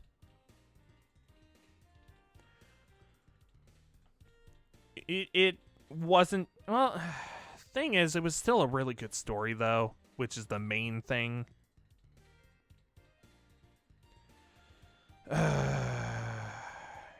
And I do really like that the dynamic of Phoenix, and he has 2 apprentices, and you play as all 3 throughout the story. I still need to play Spirit of Justice, which is the sequel to this one. I'll put in fantastic. A low fantastic, but still fantastic. All right. Here's the 3DS, one of the 3DS Pokemon games. I'll put it in good. Well, thing is, there wasn't really a lot to drag it down, other than the fact that Emerald is somehow a superior version in like a lot of aspects. So here's the thing. If this had all of the expansion stuff that Emerald did, and it wasn't just based on the original Ruby and Sapphire with upgrades, then I would put this in fantastic. But the thing is, it stripped down a lot of stuff. It stripped down a part of Malville and made it into some weird mall. Then it completely destroyed and dismantled the Battle Frontier and was like, oh, here's a model of what the Battle Frontier will look like coming soon. And there wasn't anything after. Like, friggin' they just took the Battle Mason from this game and then threw it on a random island instead of making an actual proper Battle Frontier. No thanks. Do not like. Everyone disliked that. Animal Crossing. Animal Crossing was a legitimately fun game. You.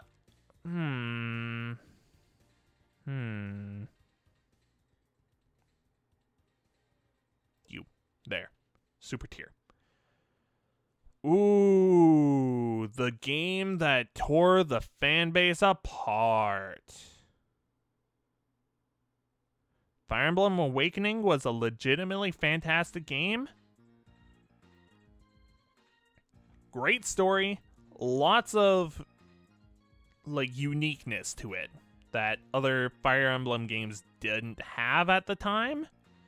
And it really revitalized the series. And then, the stinker. I never finished this game. Honestly, it's... The thing about this game, Fire Emblem Fates, they split it up into 2 games and DLC. So if you wanted the full story, it's not just choosing one side and then starting the game over and then choosing another side. No. Not at all. You had to buy 2 separate games and then DLC on top of that. That is greedy as heck. Do not like. Ugh. Gross. Just disgusting. And on top of that, the story, it didn't really grab my attention that much. I mean, like, I don't know. It was okay. I'm actually going to put you in meh, to be honest. That's where you belong. Ugh. They could have done so much with this, but then they just squandered it by splitting it up into 3 separate things you have to buy, and then, oh, yeah, we could have made a really good game out of this, but we had to split it up, and then we couldn't focus on one thing. Okay. Whatever. I don't know, maybe it actually gets better at a certain point in the story, but I never just got to that part, so okay. Although the battle mechanics were actually pretty good. You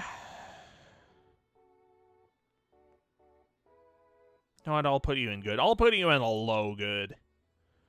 Now this is actually, I think I'm gonna put you in super tier. Yeah, I'll put you in triple S. Friggin' Kid Icarus Uprising, best game in the series, and it's not that hard, but it was still a really good game. If you know Kid Icarus Uprising, then you know that it's a good game. It deserves to be in a top spot, and it also deserves a sequel, or even just a remake or a port to Switch. Nintendo, hang on. Nintendo?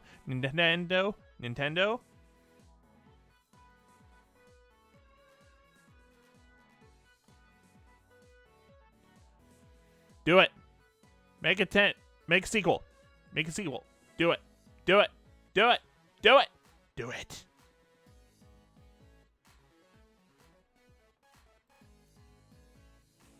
Anyways. Kid Icarus, why do you not have a sequel? You sold really, really well. Everyone loved you. You got really high scores on, like, gaming sites and stuff. Everyone loved your game. Why do you not have sequels or ports to Switch or whatever? Why? Oh well. Nintendo's priorities are all over the place. Maybe not in the right places, but they're all over the place. Not Kirby Triple Deluxe. Heckin' good game.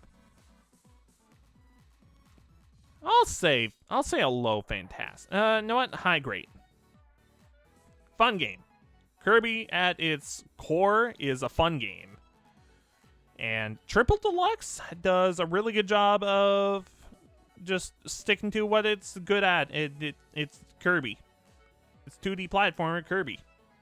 I don't know what else you want. Okay, so here's Dark Moon. I struggle to say it's fantastic. Simply because it's in a really weird format for Luigi's Mansion where it's mission-based for some reason. I don't know why they decided to put it in a mission-based system. But at least there's vastly different areas to explore with, like... How many mansions was it? 3 or 4? Hang on, I'm gonna look up something. Am I about to lose stream? Yep. I saw the frames dropping, and I knew immediately.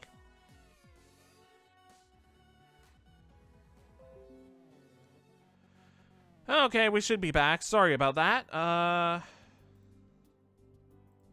Yeah, we should definitely be back. Okay. So yeah, Luigi's Mansion had...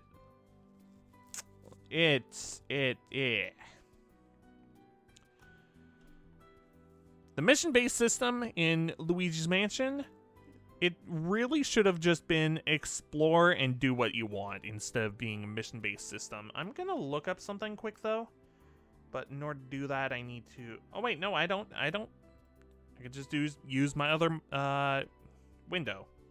Right? Duh.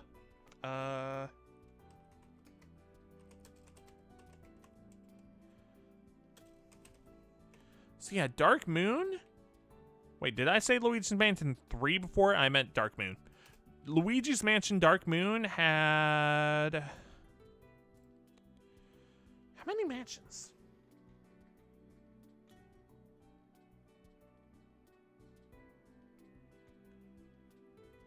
Okay, so there's 1, 2, 3, 4? Oh, 5. 5. There were 5 mansions. Okay.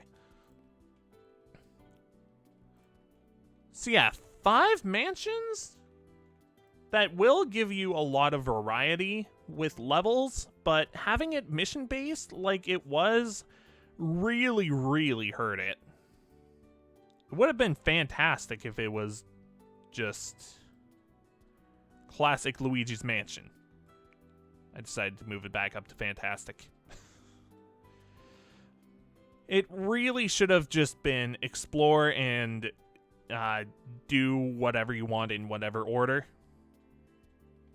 But no, it was mission-based. They made a goof up with that.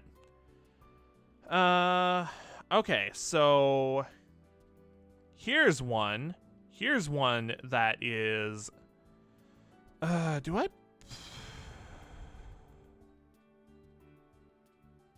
I'm gonna put it in great. Above Alpha Sapphire. Here's the thing with Pokemon Moon. It was really, really linear, but the story was interesting. Now, Ultra Moon is not on this list because I did not play it, and I feel like it's not different enough to warrant two different versions on this list. That's actually why I only had one game between Platinum and Diamond and Pearl, and it would be a crime to have Diamond and Pearl over Platinum on this list. But for this one, I've actually heard that Ultra Sun Moon did some weird things that people didn't like as opposed to the originals. So that's why Moon is on here instead of Ultra Moon. And also, this is the version that I played instead of Ultra Moon. Because I felt like, oh,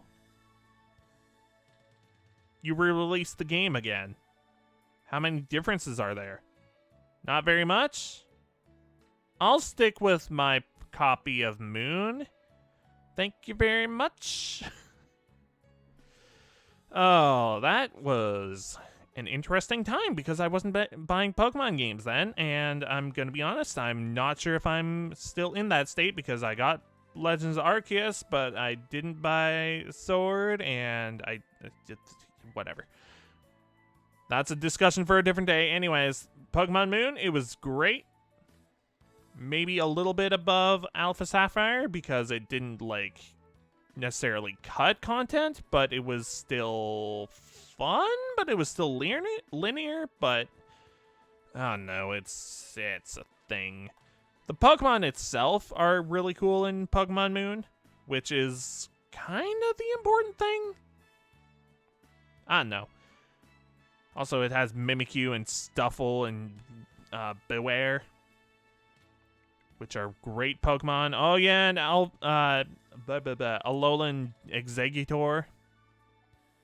Yeah, there were really good Pokemon in that. I'll leave it there. Next up is the freaking badge arcade thing. It was meh. It was just an arcade game where you it was just a crane game thing where you could get badges for the main menu. It's like a decoration thing, and it was I played it like as much as I could to get the badges, but it wasn't fun. It wasn't fun. I just played it a lot to get the badges.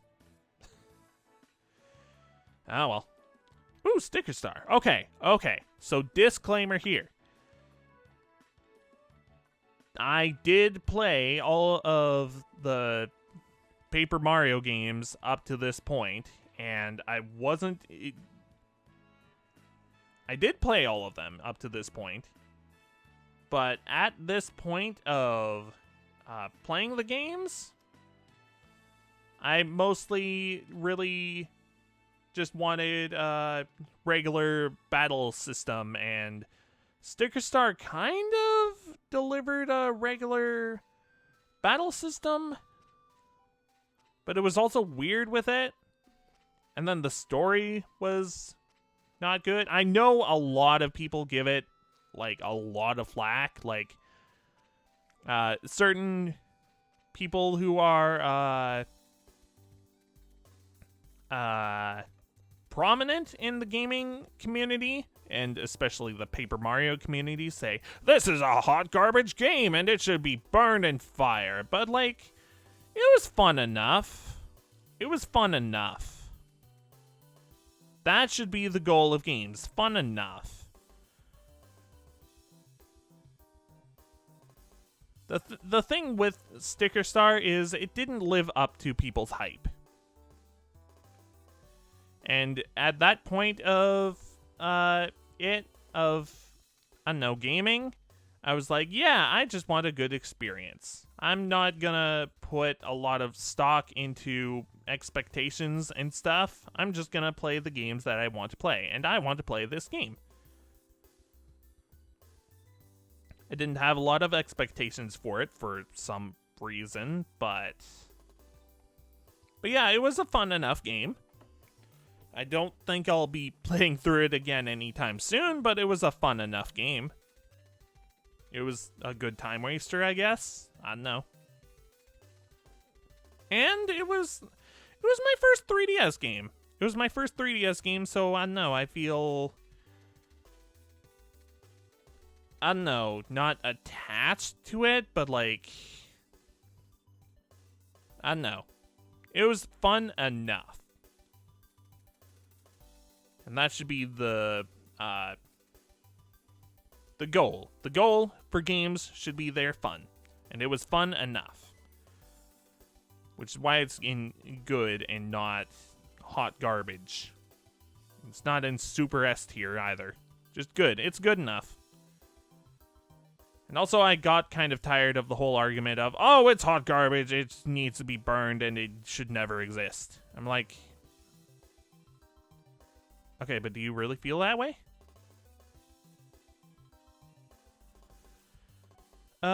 Anyways. Let's move on to Pokemon Shuffle. It was okay. It was a simple puzzle game. I played a fair bit of it, but it was okay at best, I guess. Maybe I should put in meh. Nah, it was good enough.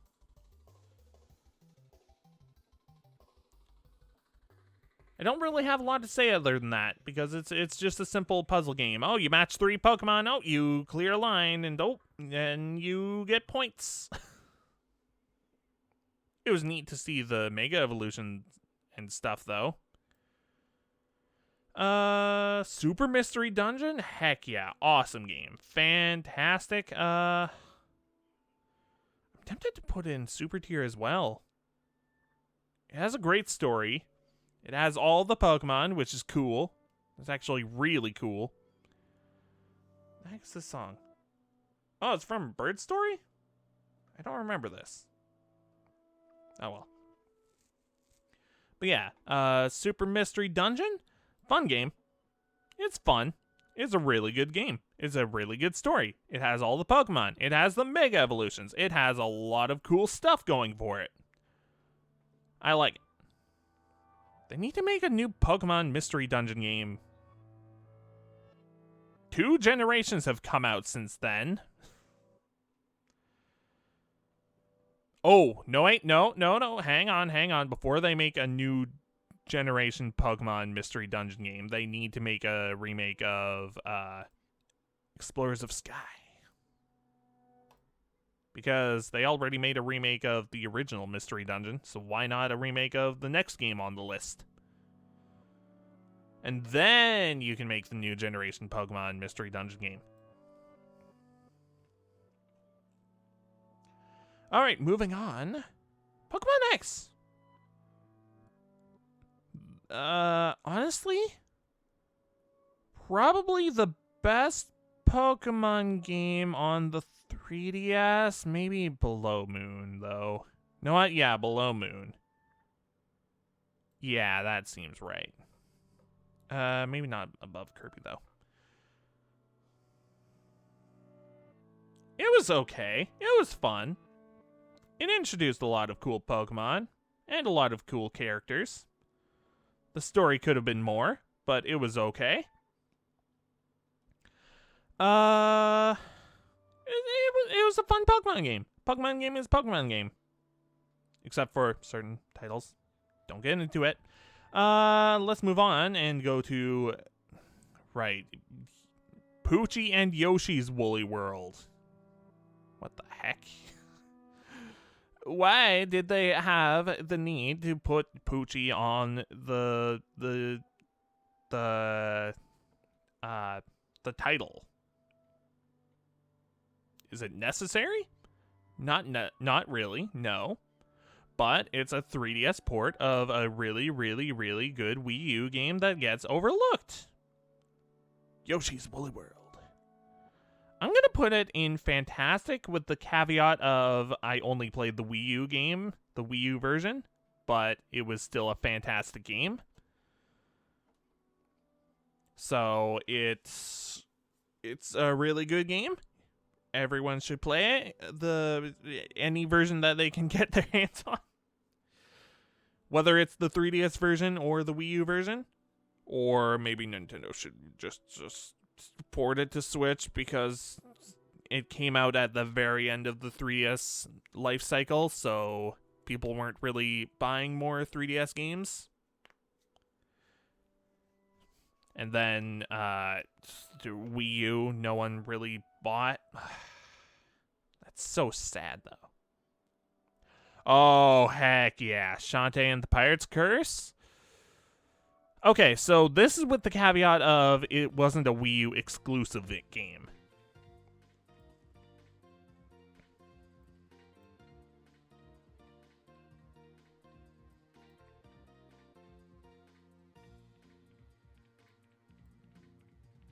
Shantae and the Pirate's Curse?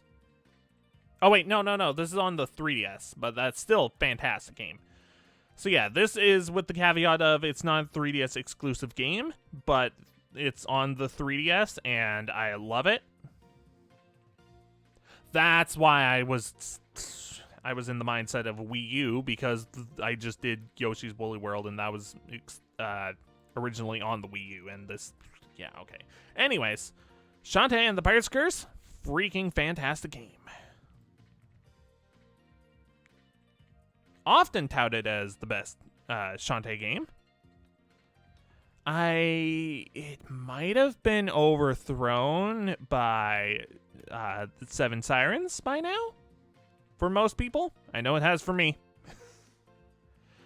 But Shantae and the Pirate's Curse, fantastic Metroidvania.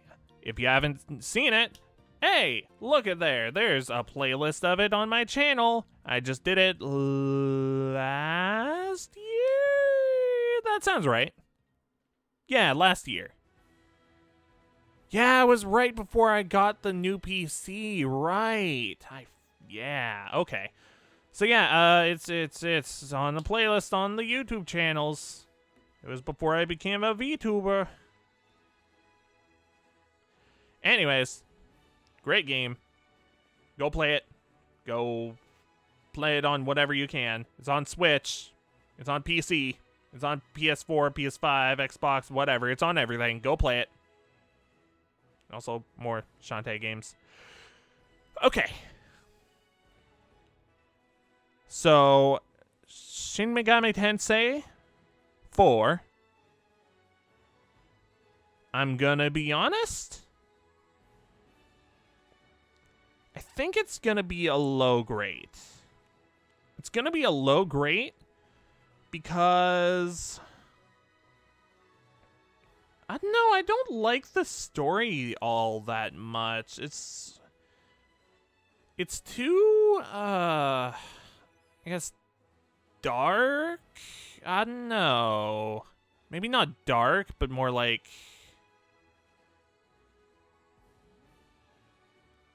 I don't know. It's oh, you know what?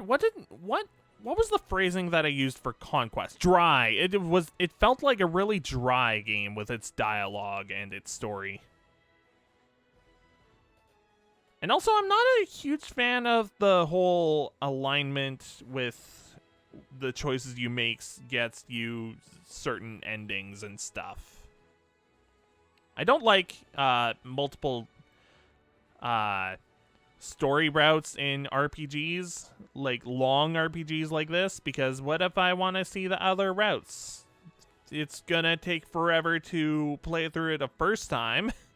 So why would I play through it like 10 times to get all 10 endings and stuff? That doesn't mean it's a bad game. I do like the overworld overworld traversal in this game, but I feel like the story could have been stronger. Maybe it's the route that I chose that makes me feel like that. I don't know.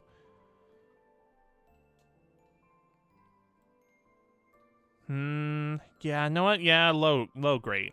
I do like the monsters that you use in battles, though. I guess the battle system is pretty good. Yeah, you can stay in great. And now, for the other side of the coin, the soul hackers.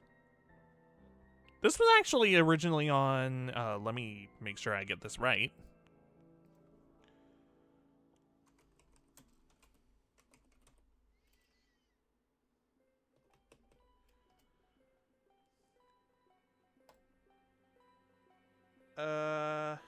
Oh, that's the Nintendo site. I want the...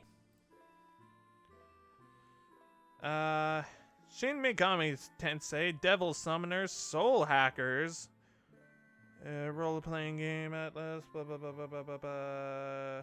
Okay, I was right, the Saturn. Okay. So yeah, this was originally on the Sega Saturn, and it was remade for the 3DS, although it was more so ported than remade.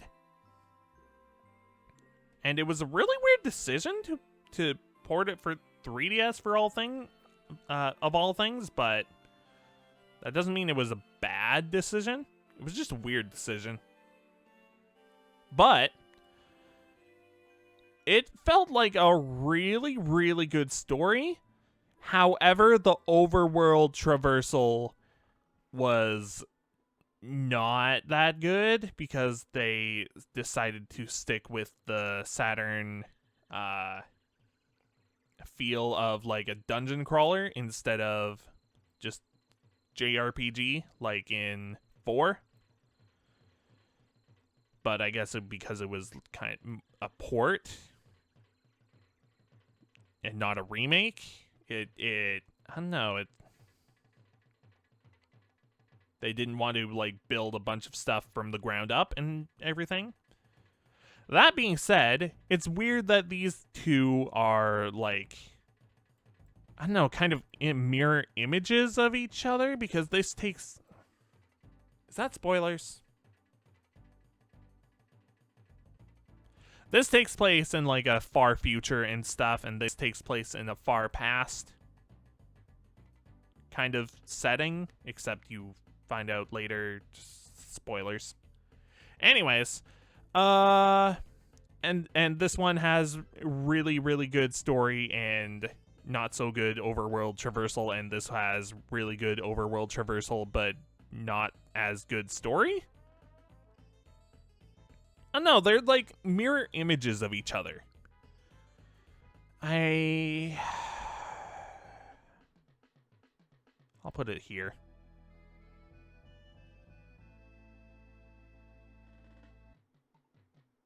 I'm really struggling with this ordering.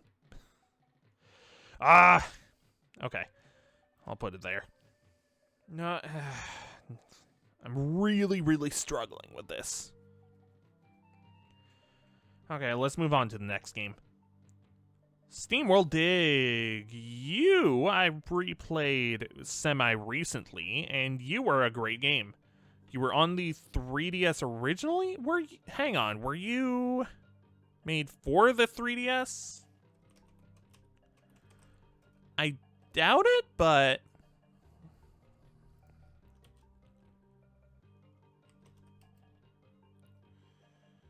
Yeah, let's see what Wikipedia says. Aha! So it was originally released to the eShop for the 3DS. Okay, cool. So it does belong on this list, yes. But yeah, it was a fun game. You just dig and dig and dig and dig. And apparently I like digging games. I like to dig. What can I say? I like Minecraft and I like this, so I like digging games, I guess. Yeah, it was a fun game. I like it.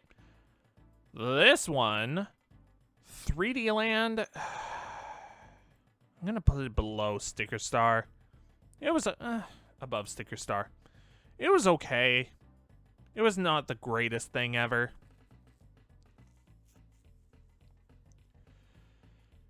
They could have done... I don't know. I don't know what they could have done to it to make it a better experience, but it was on the 3DS, and that thing can be cumbersome to play, I guess.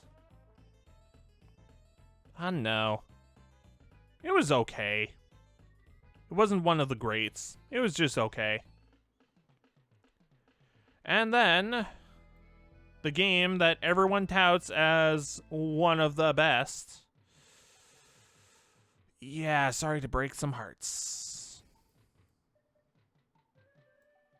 It's good. It's not great. It's good. Well,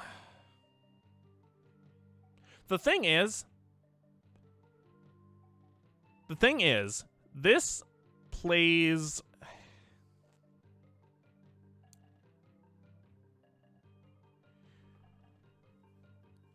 So the thing is, I played this at a time where I was really, really burnt out on seeing or playing A Link to the Past. And this is basically a remake of Link to the Past, kind of. It has an extremely similar story.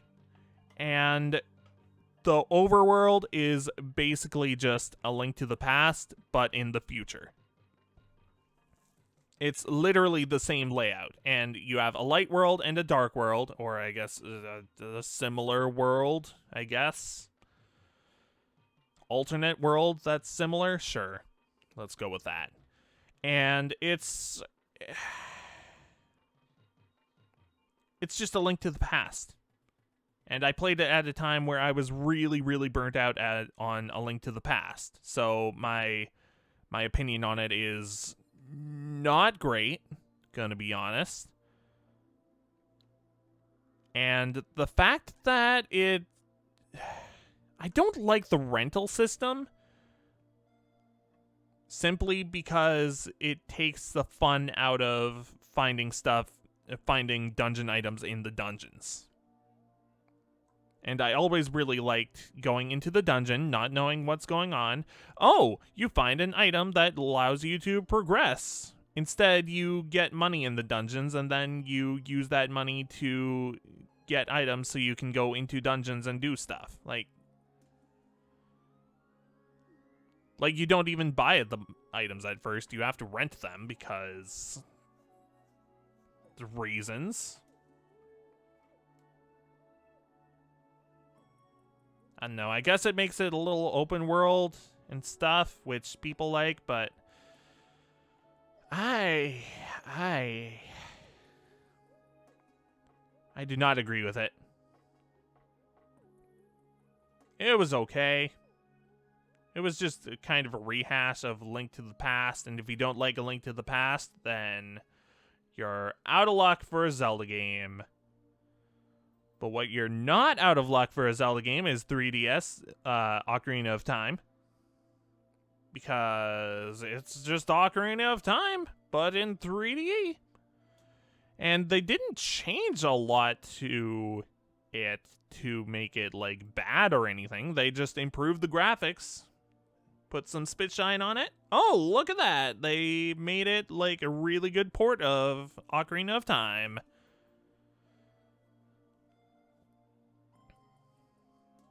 And it looks really good for 3DS. Like, what in the world?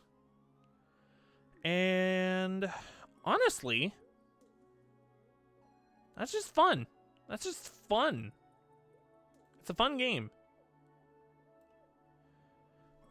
Now, the thing is about it, it did lead to Majora's Mask 3D, which did change a lot of stuff that people did not like the bosses, and other various things that people just did not jive with. Oh well. Anyways, those are my lists. Those are my tier lists. I might have to shuffle around a few things, but I think that's mostly it. I do have some things to remedy, like maybe playing some of the GBA games. Definitely Golden Sun. If those are ever ported to Switch, I'm getting them. I do need to play this one at some point. The TCG game for Pokemon for Game Boy Color. Just to have the experience. I haven't heard, like, it's the best game ever and you need to play it or anything, but I would like the experience of it. Or I would like to have the experience of it. I don't know if it's good, I don't know if it's bad, but I want to play it sometime. Those are my tier lists. Tier lists for games that I have or have not played.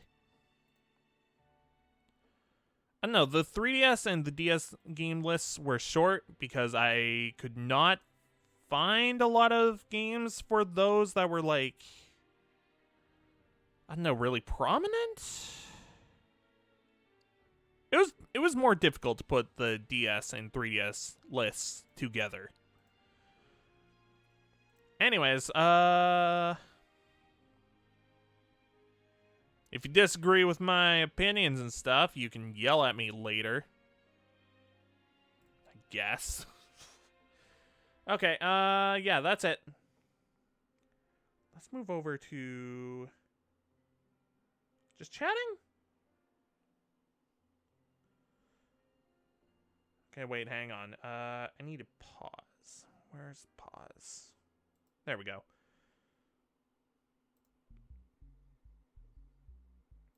So yeah, thanks for watching. Let's go find a raid target. Hang on, I want to move over a little bit. To the left.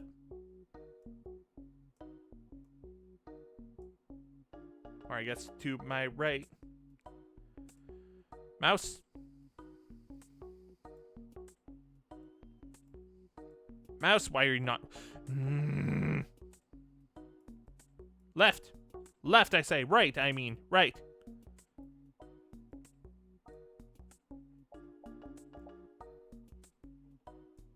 I need to get a new mouse. Ah!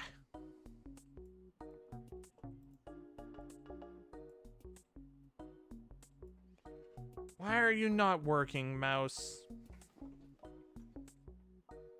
I had to physically move my body over. Thanks. Alright, yeah, let's go find a raid target. Oh, before I do that, mute? Mute the desktop, because that would be bad. That would be bad to have.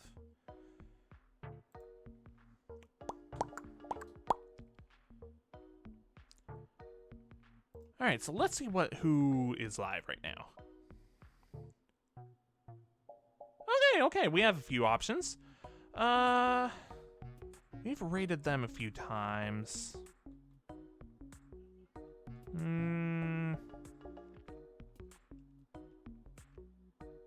Let's go with Power Wash. Let's go with Power Wash.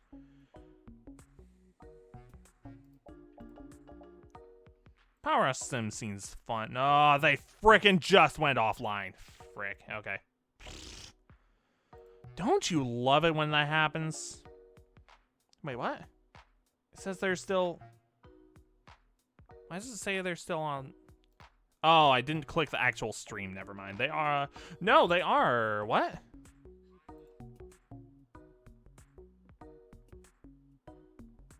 Yeah, they just went offline. Dang it. Or at least they're hosting someone. It says they're online, though. Yeah, I guess they're just ending. Okay. I guess we're not doing Power Wash.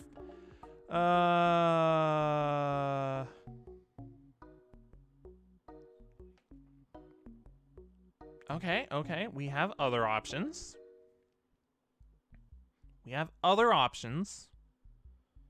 Which is fine. It's fine. No.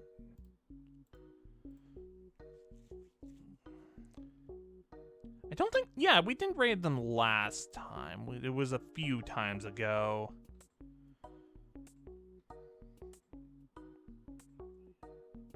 This does look like a good game.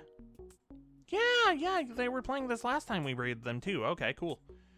Yeah, let's go. Let's go with this option.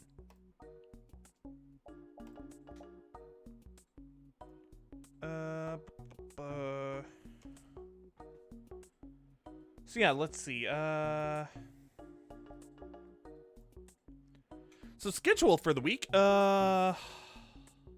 Ocarina of Time. We're starting Ocarina of Time tomorrow. Heck yeah. Heck yeah. Heck yeah. Why does my neck look like that right now? Let's fix that.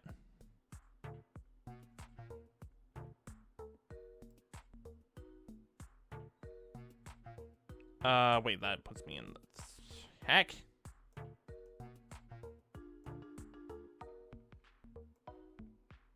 There we go. Okay. Oh yeah, we're starting Ocarina of Time tomorrow, which will be fun. That's always a good time. Well, Zelda is usually a good time. Is Friday more hidden, folks? I wanted to play more of that, but I'm not sure if I put that on this week's list at all. This week's schedule.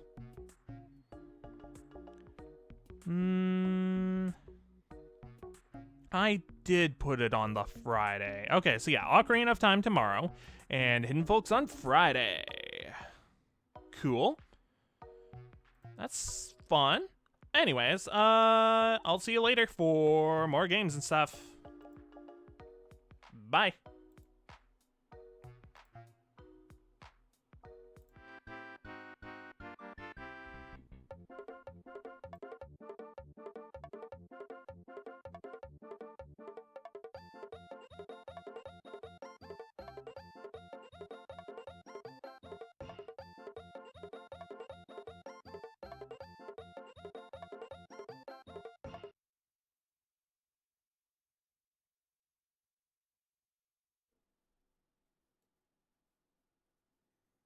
Stream may be over, but if you're still here, you're awesome.